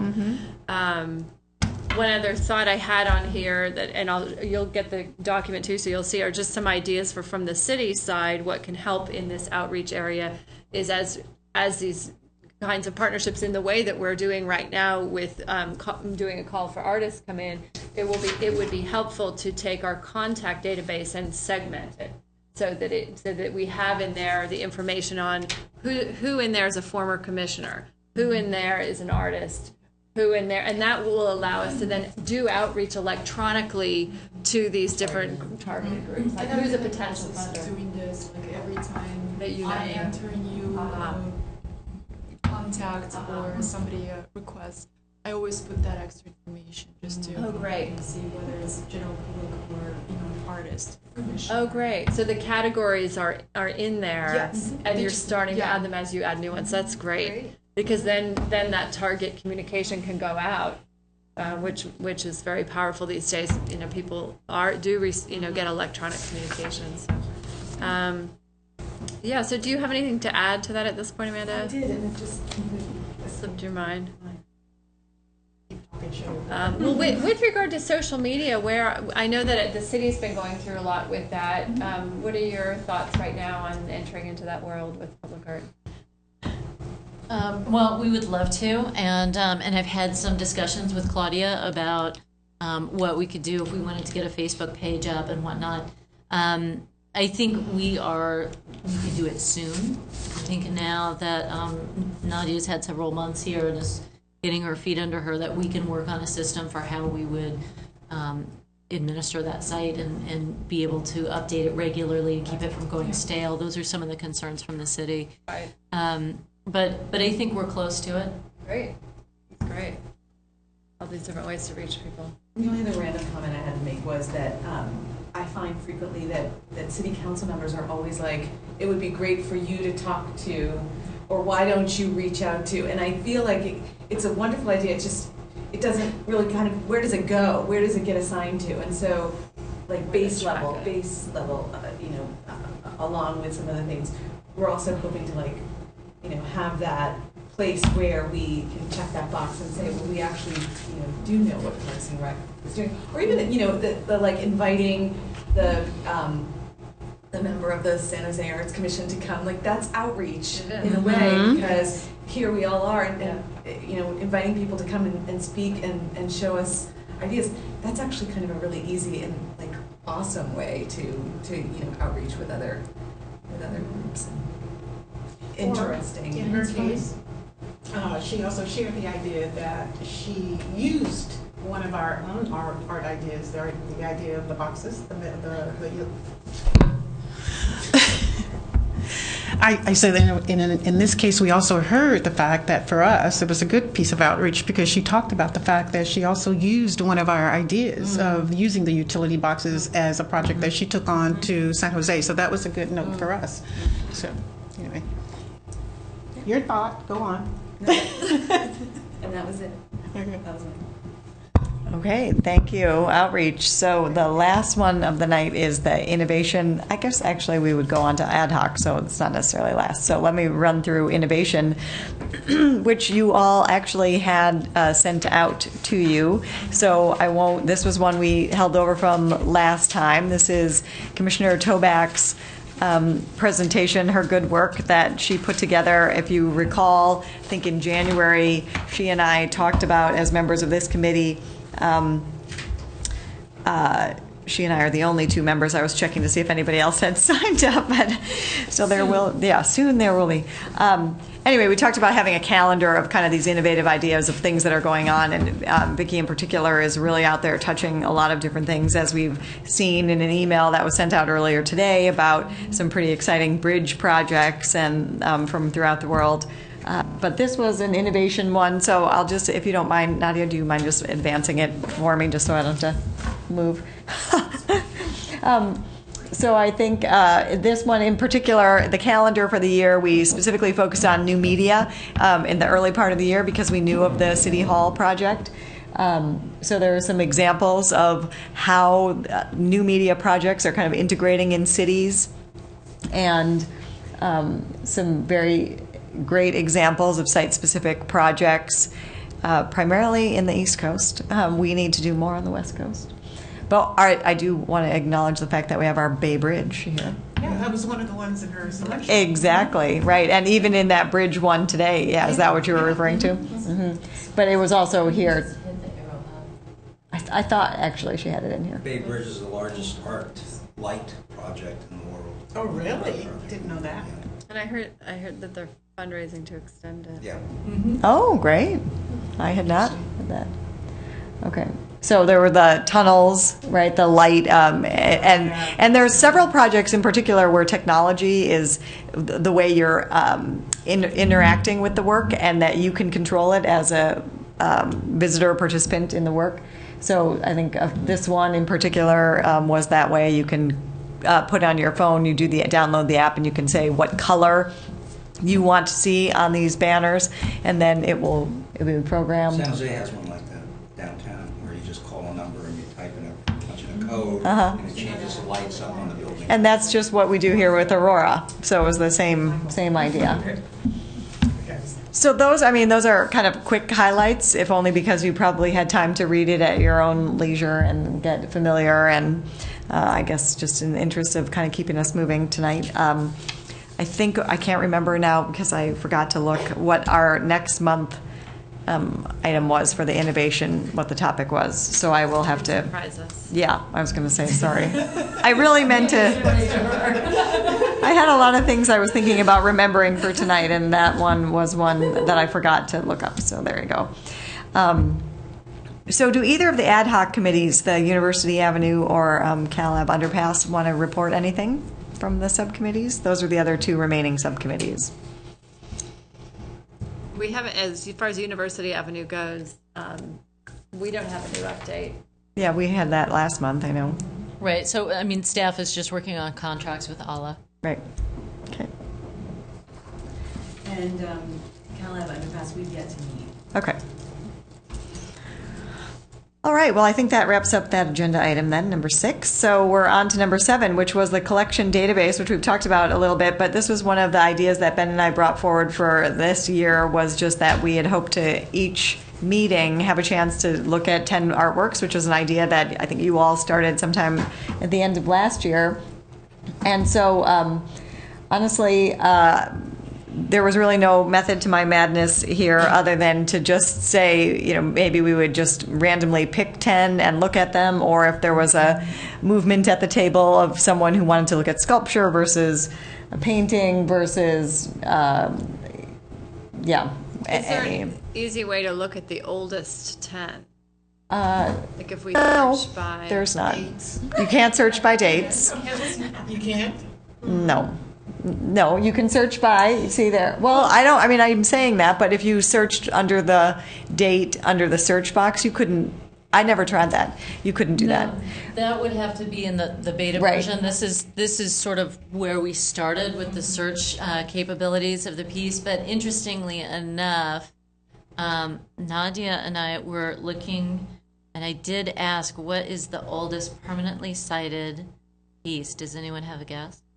I believe it was one of the sculptures that came in as part of that. There was a sculpture show, and the city acquired a few. And one was Fillory. There were 3 pieces that were acquired as part of that. Hillary, I think, was the second oldest piece. Wow, she's So impressive. you're close. Any other guesses? So, because the collection began in the 70s. 76 is the earliest piece. Fillory's 77. Oh. So there's one older one. I just think it's a fun game. Does anyone have It's another sculpture. It's a piece we recently treated that's given it away. Oh. Well, since we got new maintenance funds, not Albuquerque, but that was part of the temporary. Is it the blue cube? Of your elevator. Do you know, just little... Can you answer these questions? Exactly. Push. Which one? Nude and Steel. Hans Worley, Nude and Steel is the oldest one. So So actually, Nadia, can you pull that one up by I was going to artist? say, do we have images of it? I think so, yeah. Because not Yeah, all the there it is. images are available. There she is. Oh, okay. At the downtown library. This is the main library. Which is probably one of the most sexiest pieces that we have in our public collection. Well, and a lot of these photographs were actually taken by the camera club when they did us that huge favor of going and taking lovely images of a lot of the collection. And we actually treated her after she was painted, so we don't have the after paint images in here. And right now she's boxed because there's construction taking place all around her. I do have some images in my computer because after we treated her and painted her, there was someone who kept going by and putting a flower in her hand, as though she was tucking a flower behind her ear, and they did it every few days. So it was really evident that someone really loves her. And it's nice there that it does include, as part of the acquisition source, that purchased in commemoration of the 1976 bicentennial celebration. So that was that sculpture group then that was where they had. I remember when I interviewed for a commission, one of the things that came up was what's in the collection, and both the council people and us, we only knew certain pieces, and it was a hard question. Yeah. And so this to me is like the crown and glory, because most of us had, and we all, one of the main goals was when I first came on was that we were going to try to make sure that the public could see the collection, because everybody says, well, what's in the art collection? Particularly the 2D art that's inside City Hall.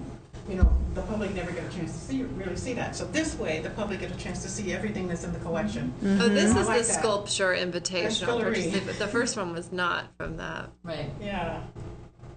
Interesting, because that piece has a history. When we first came on, it was shadowed over in where I don't know if you guys traveled that, what we call the frontage road.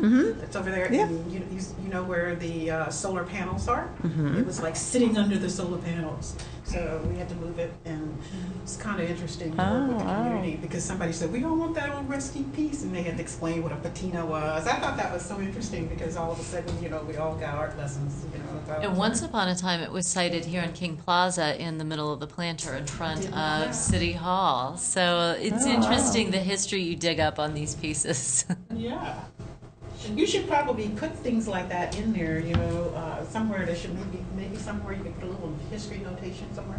A lot of that's In the notes. In the administrative notes. So there's a lot of things that we do about conservation notes and where something is and all that kind of stuff that's on the administrative side that doesn't necessarily show. You'll see that. On the It database. would be interesting to have, for the pieces that do have them, that have been published in local press, to maybe figure out a way at some point to share that. This may not be the venue, but I'm thinking now of the, some of the pieces that had a lot of press early on, like the murals at the medical center in Palo Alto, and how there's a lot of shock from the community about these murals, and people were getting in car accidents as they went down the road looking at the nudes in the mosaics, and there's just some great stories that would be, one that I'm curious about. I don't know if any of you here know. I've put an inquiry out to find out. I don't know about the artist or the process of the creation of the great tree mosaic on the new Epiphany Hotel, which was part of the old Casa Olga building. And it really is, the conservation of that mosaic piece is just, it has just really made it come to life, the way it's been cleaned. And I'm so happy that's part of the restoration of the building. It's really beautiful. And I think that something that, I don't know if we have any pieces in now. We have included them in our, like when we've done brochures and walking tours, we've included private art in public places, right? There are some pieces that either are murals that are on private buildings and not part of the public collection, but that we talk about, that I think to think through, do they belong, I mean, they're not part of the public art collection that's owned by the city, but they could be designated as a private piece in public setting. The same way we do the temporary art, I think the idea is that as we have more art and private development come on, that we can put it here on the database and designate it that way, the same way we do the temporary installations. Because people want to know about the art, they don't care who owns it at the end of the day. But do we have the ability to like use that image as like from like a marketing standpoint? Like, you know, for like a promotional. If it's a purpose? private. If it's in public. Part of what's in the agreement and the ordinance is that we have the capacity to put it in our materials and brochures and any art tours, provided that it doesn't interfere with their daily business. And do you mean for new development projects as opposed to historical ones? But were you asking about the ones that are just out there in the world today? I was just asking specifically About the future. of the tree.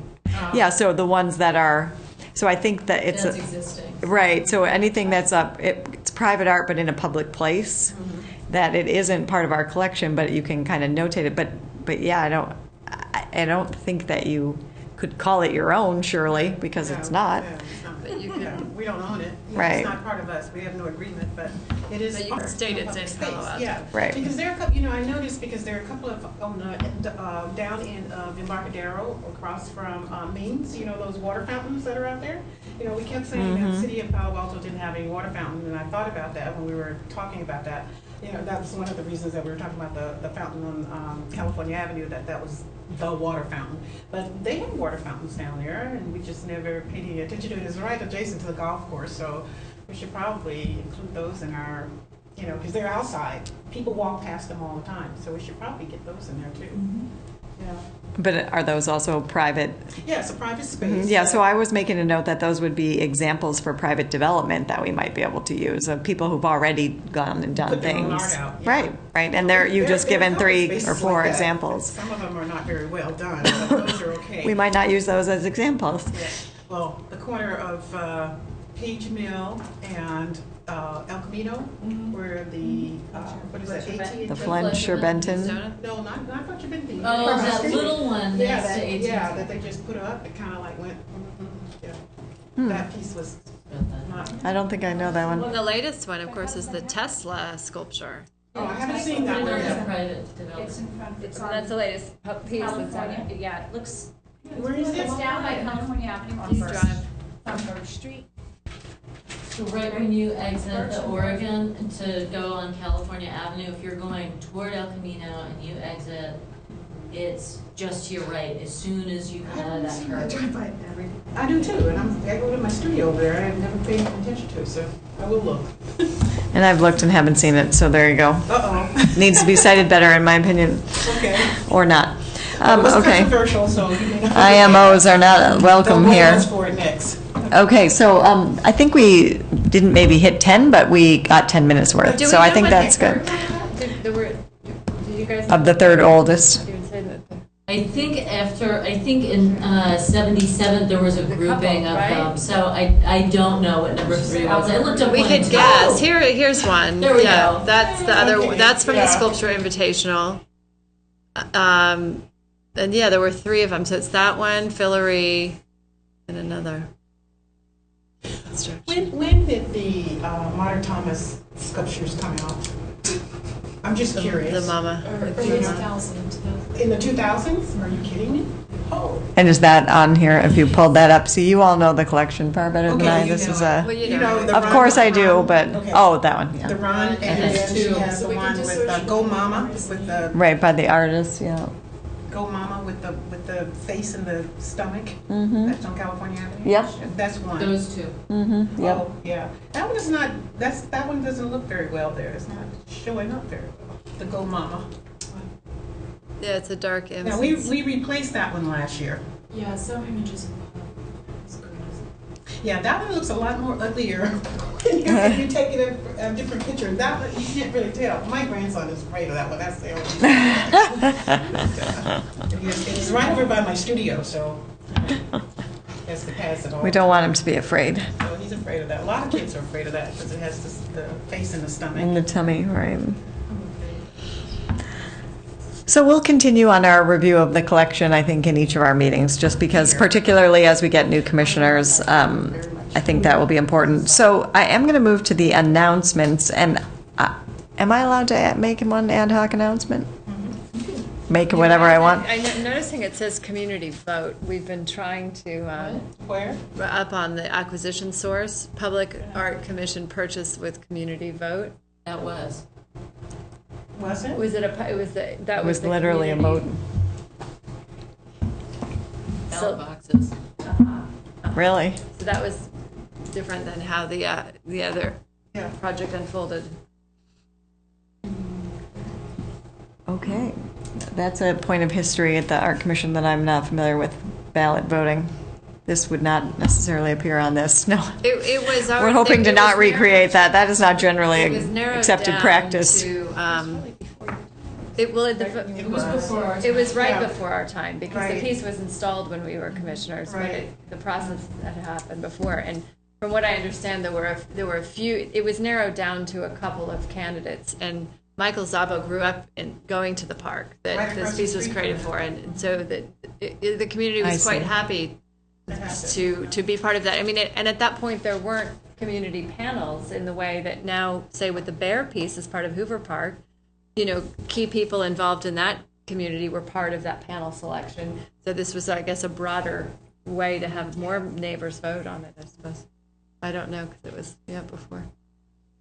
And it had its own controversy. Sure. All art does.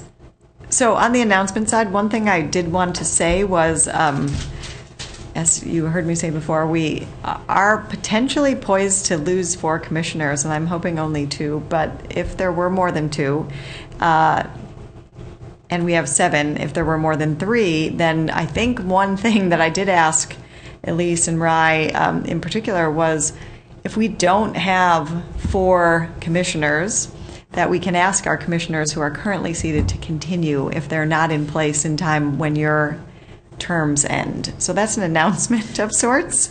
It's never happened, I don't think. Usually. Because we don't know. I mean, the city council has to do the interviews. They have to get the application pool. It has to be a good pool of qualified candidates. They have to interview them, and they have to select them. And I think all the So terms you're keeping end. seat holders until. I'm just suggesting that it would be a great thing that we would love to have happen if that were to be possible, if we got ourselves in this situation. So, Does just anyone know when Coverly Open Studios is? With the, because I see all the different events coming up. Does anyone know when? and the for-year calendar. I don't. Twice a year. No, it should be coming up in usually. It's right. the next couple of weeks. You know, when Do they you do it- think? They do it with the Silicon Valley. Well, that's in May. May, which is in May. And it's usually, Palo Alto usually falls It's on the the weekend of the same- 9th, same- 10th. Is it? Yeah, it usually falls on the same Mother's weekend, and Day? it's usually Mother's Day weekend. Okay. Yeah. So it's that same time as art. Yeah, I think I was going to say, I think we looked out like about a month just to try to catch things, and we didn't catch that, but we'll look for it. So the other things in the announcements and for your calendar are our next meeting, which is April 17th. We've heard about the sooner than that is our joint meeting with the City Council on April 7th. I wanted to remind everyone of the Women's Club and the Painted Chairs project, and there's an opening next Friday, the 28th.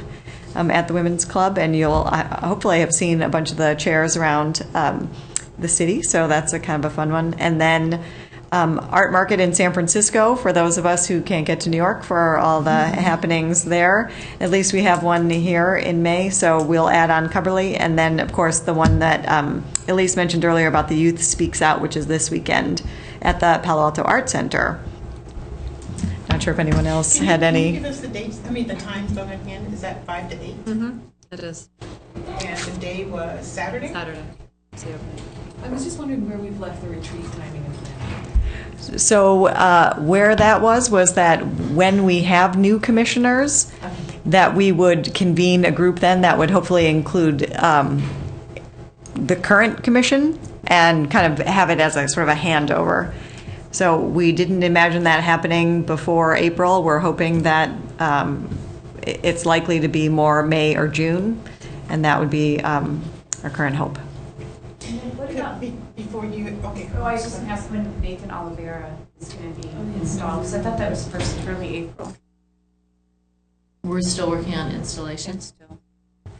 So we had to slightly shift the site. We're going to have to get a new bid for the base, but we're working on it. So another 4 weeks or so.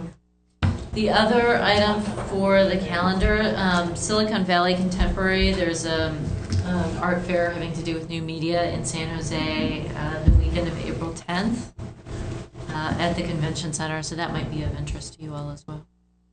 April 11th 10th. through 13th. What is it?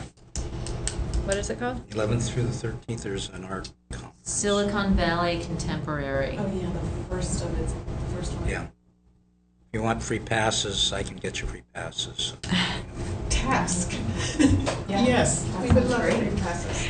And Give it to Elise and she will. along, I mean, Coverly Open Studios is probably what the Silicon Valley Open Studios, isn't it? Yeah, yeah. Right, and I think that is the first weekend of May or second, Right. one of it, exactly. 3 weekends, but Palo Alto. Right, Palo Alto is falling, right, that's what I was thinking. So anyway, all right, well, thank you, meeting is adjourned, and we'll see you all next month in April at our joint meeting. I was going to say, don't commit. Good.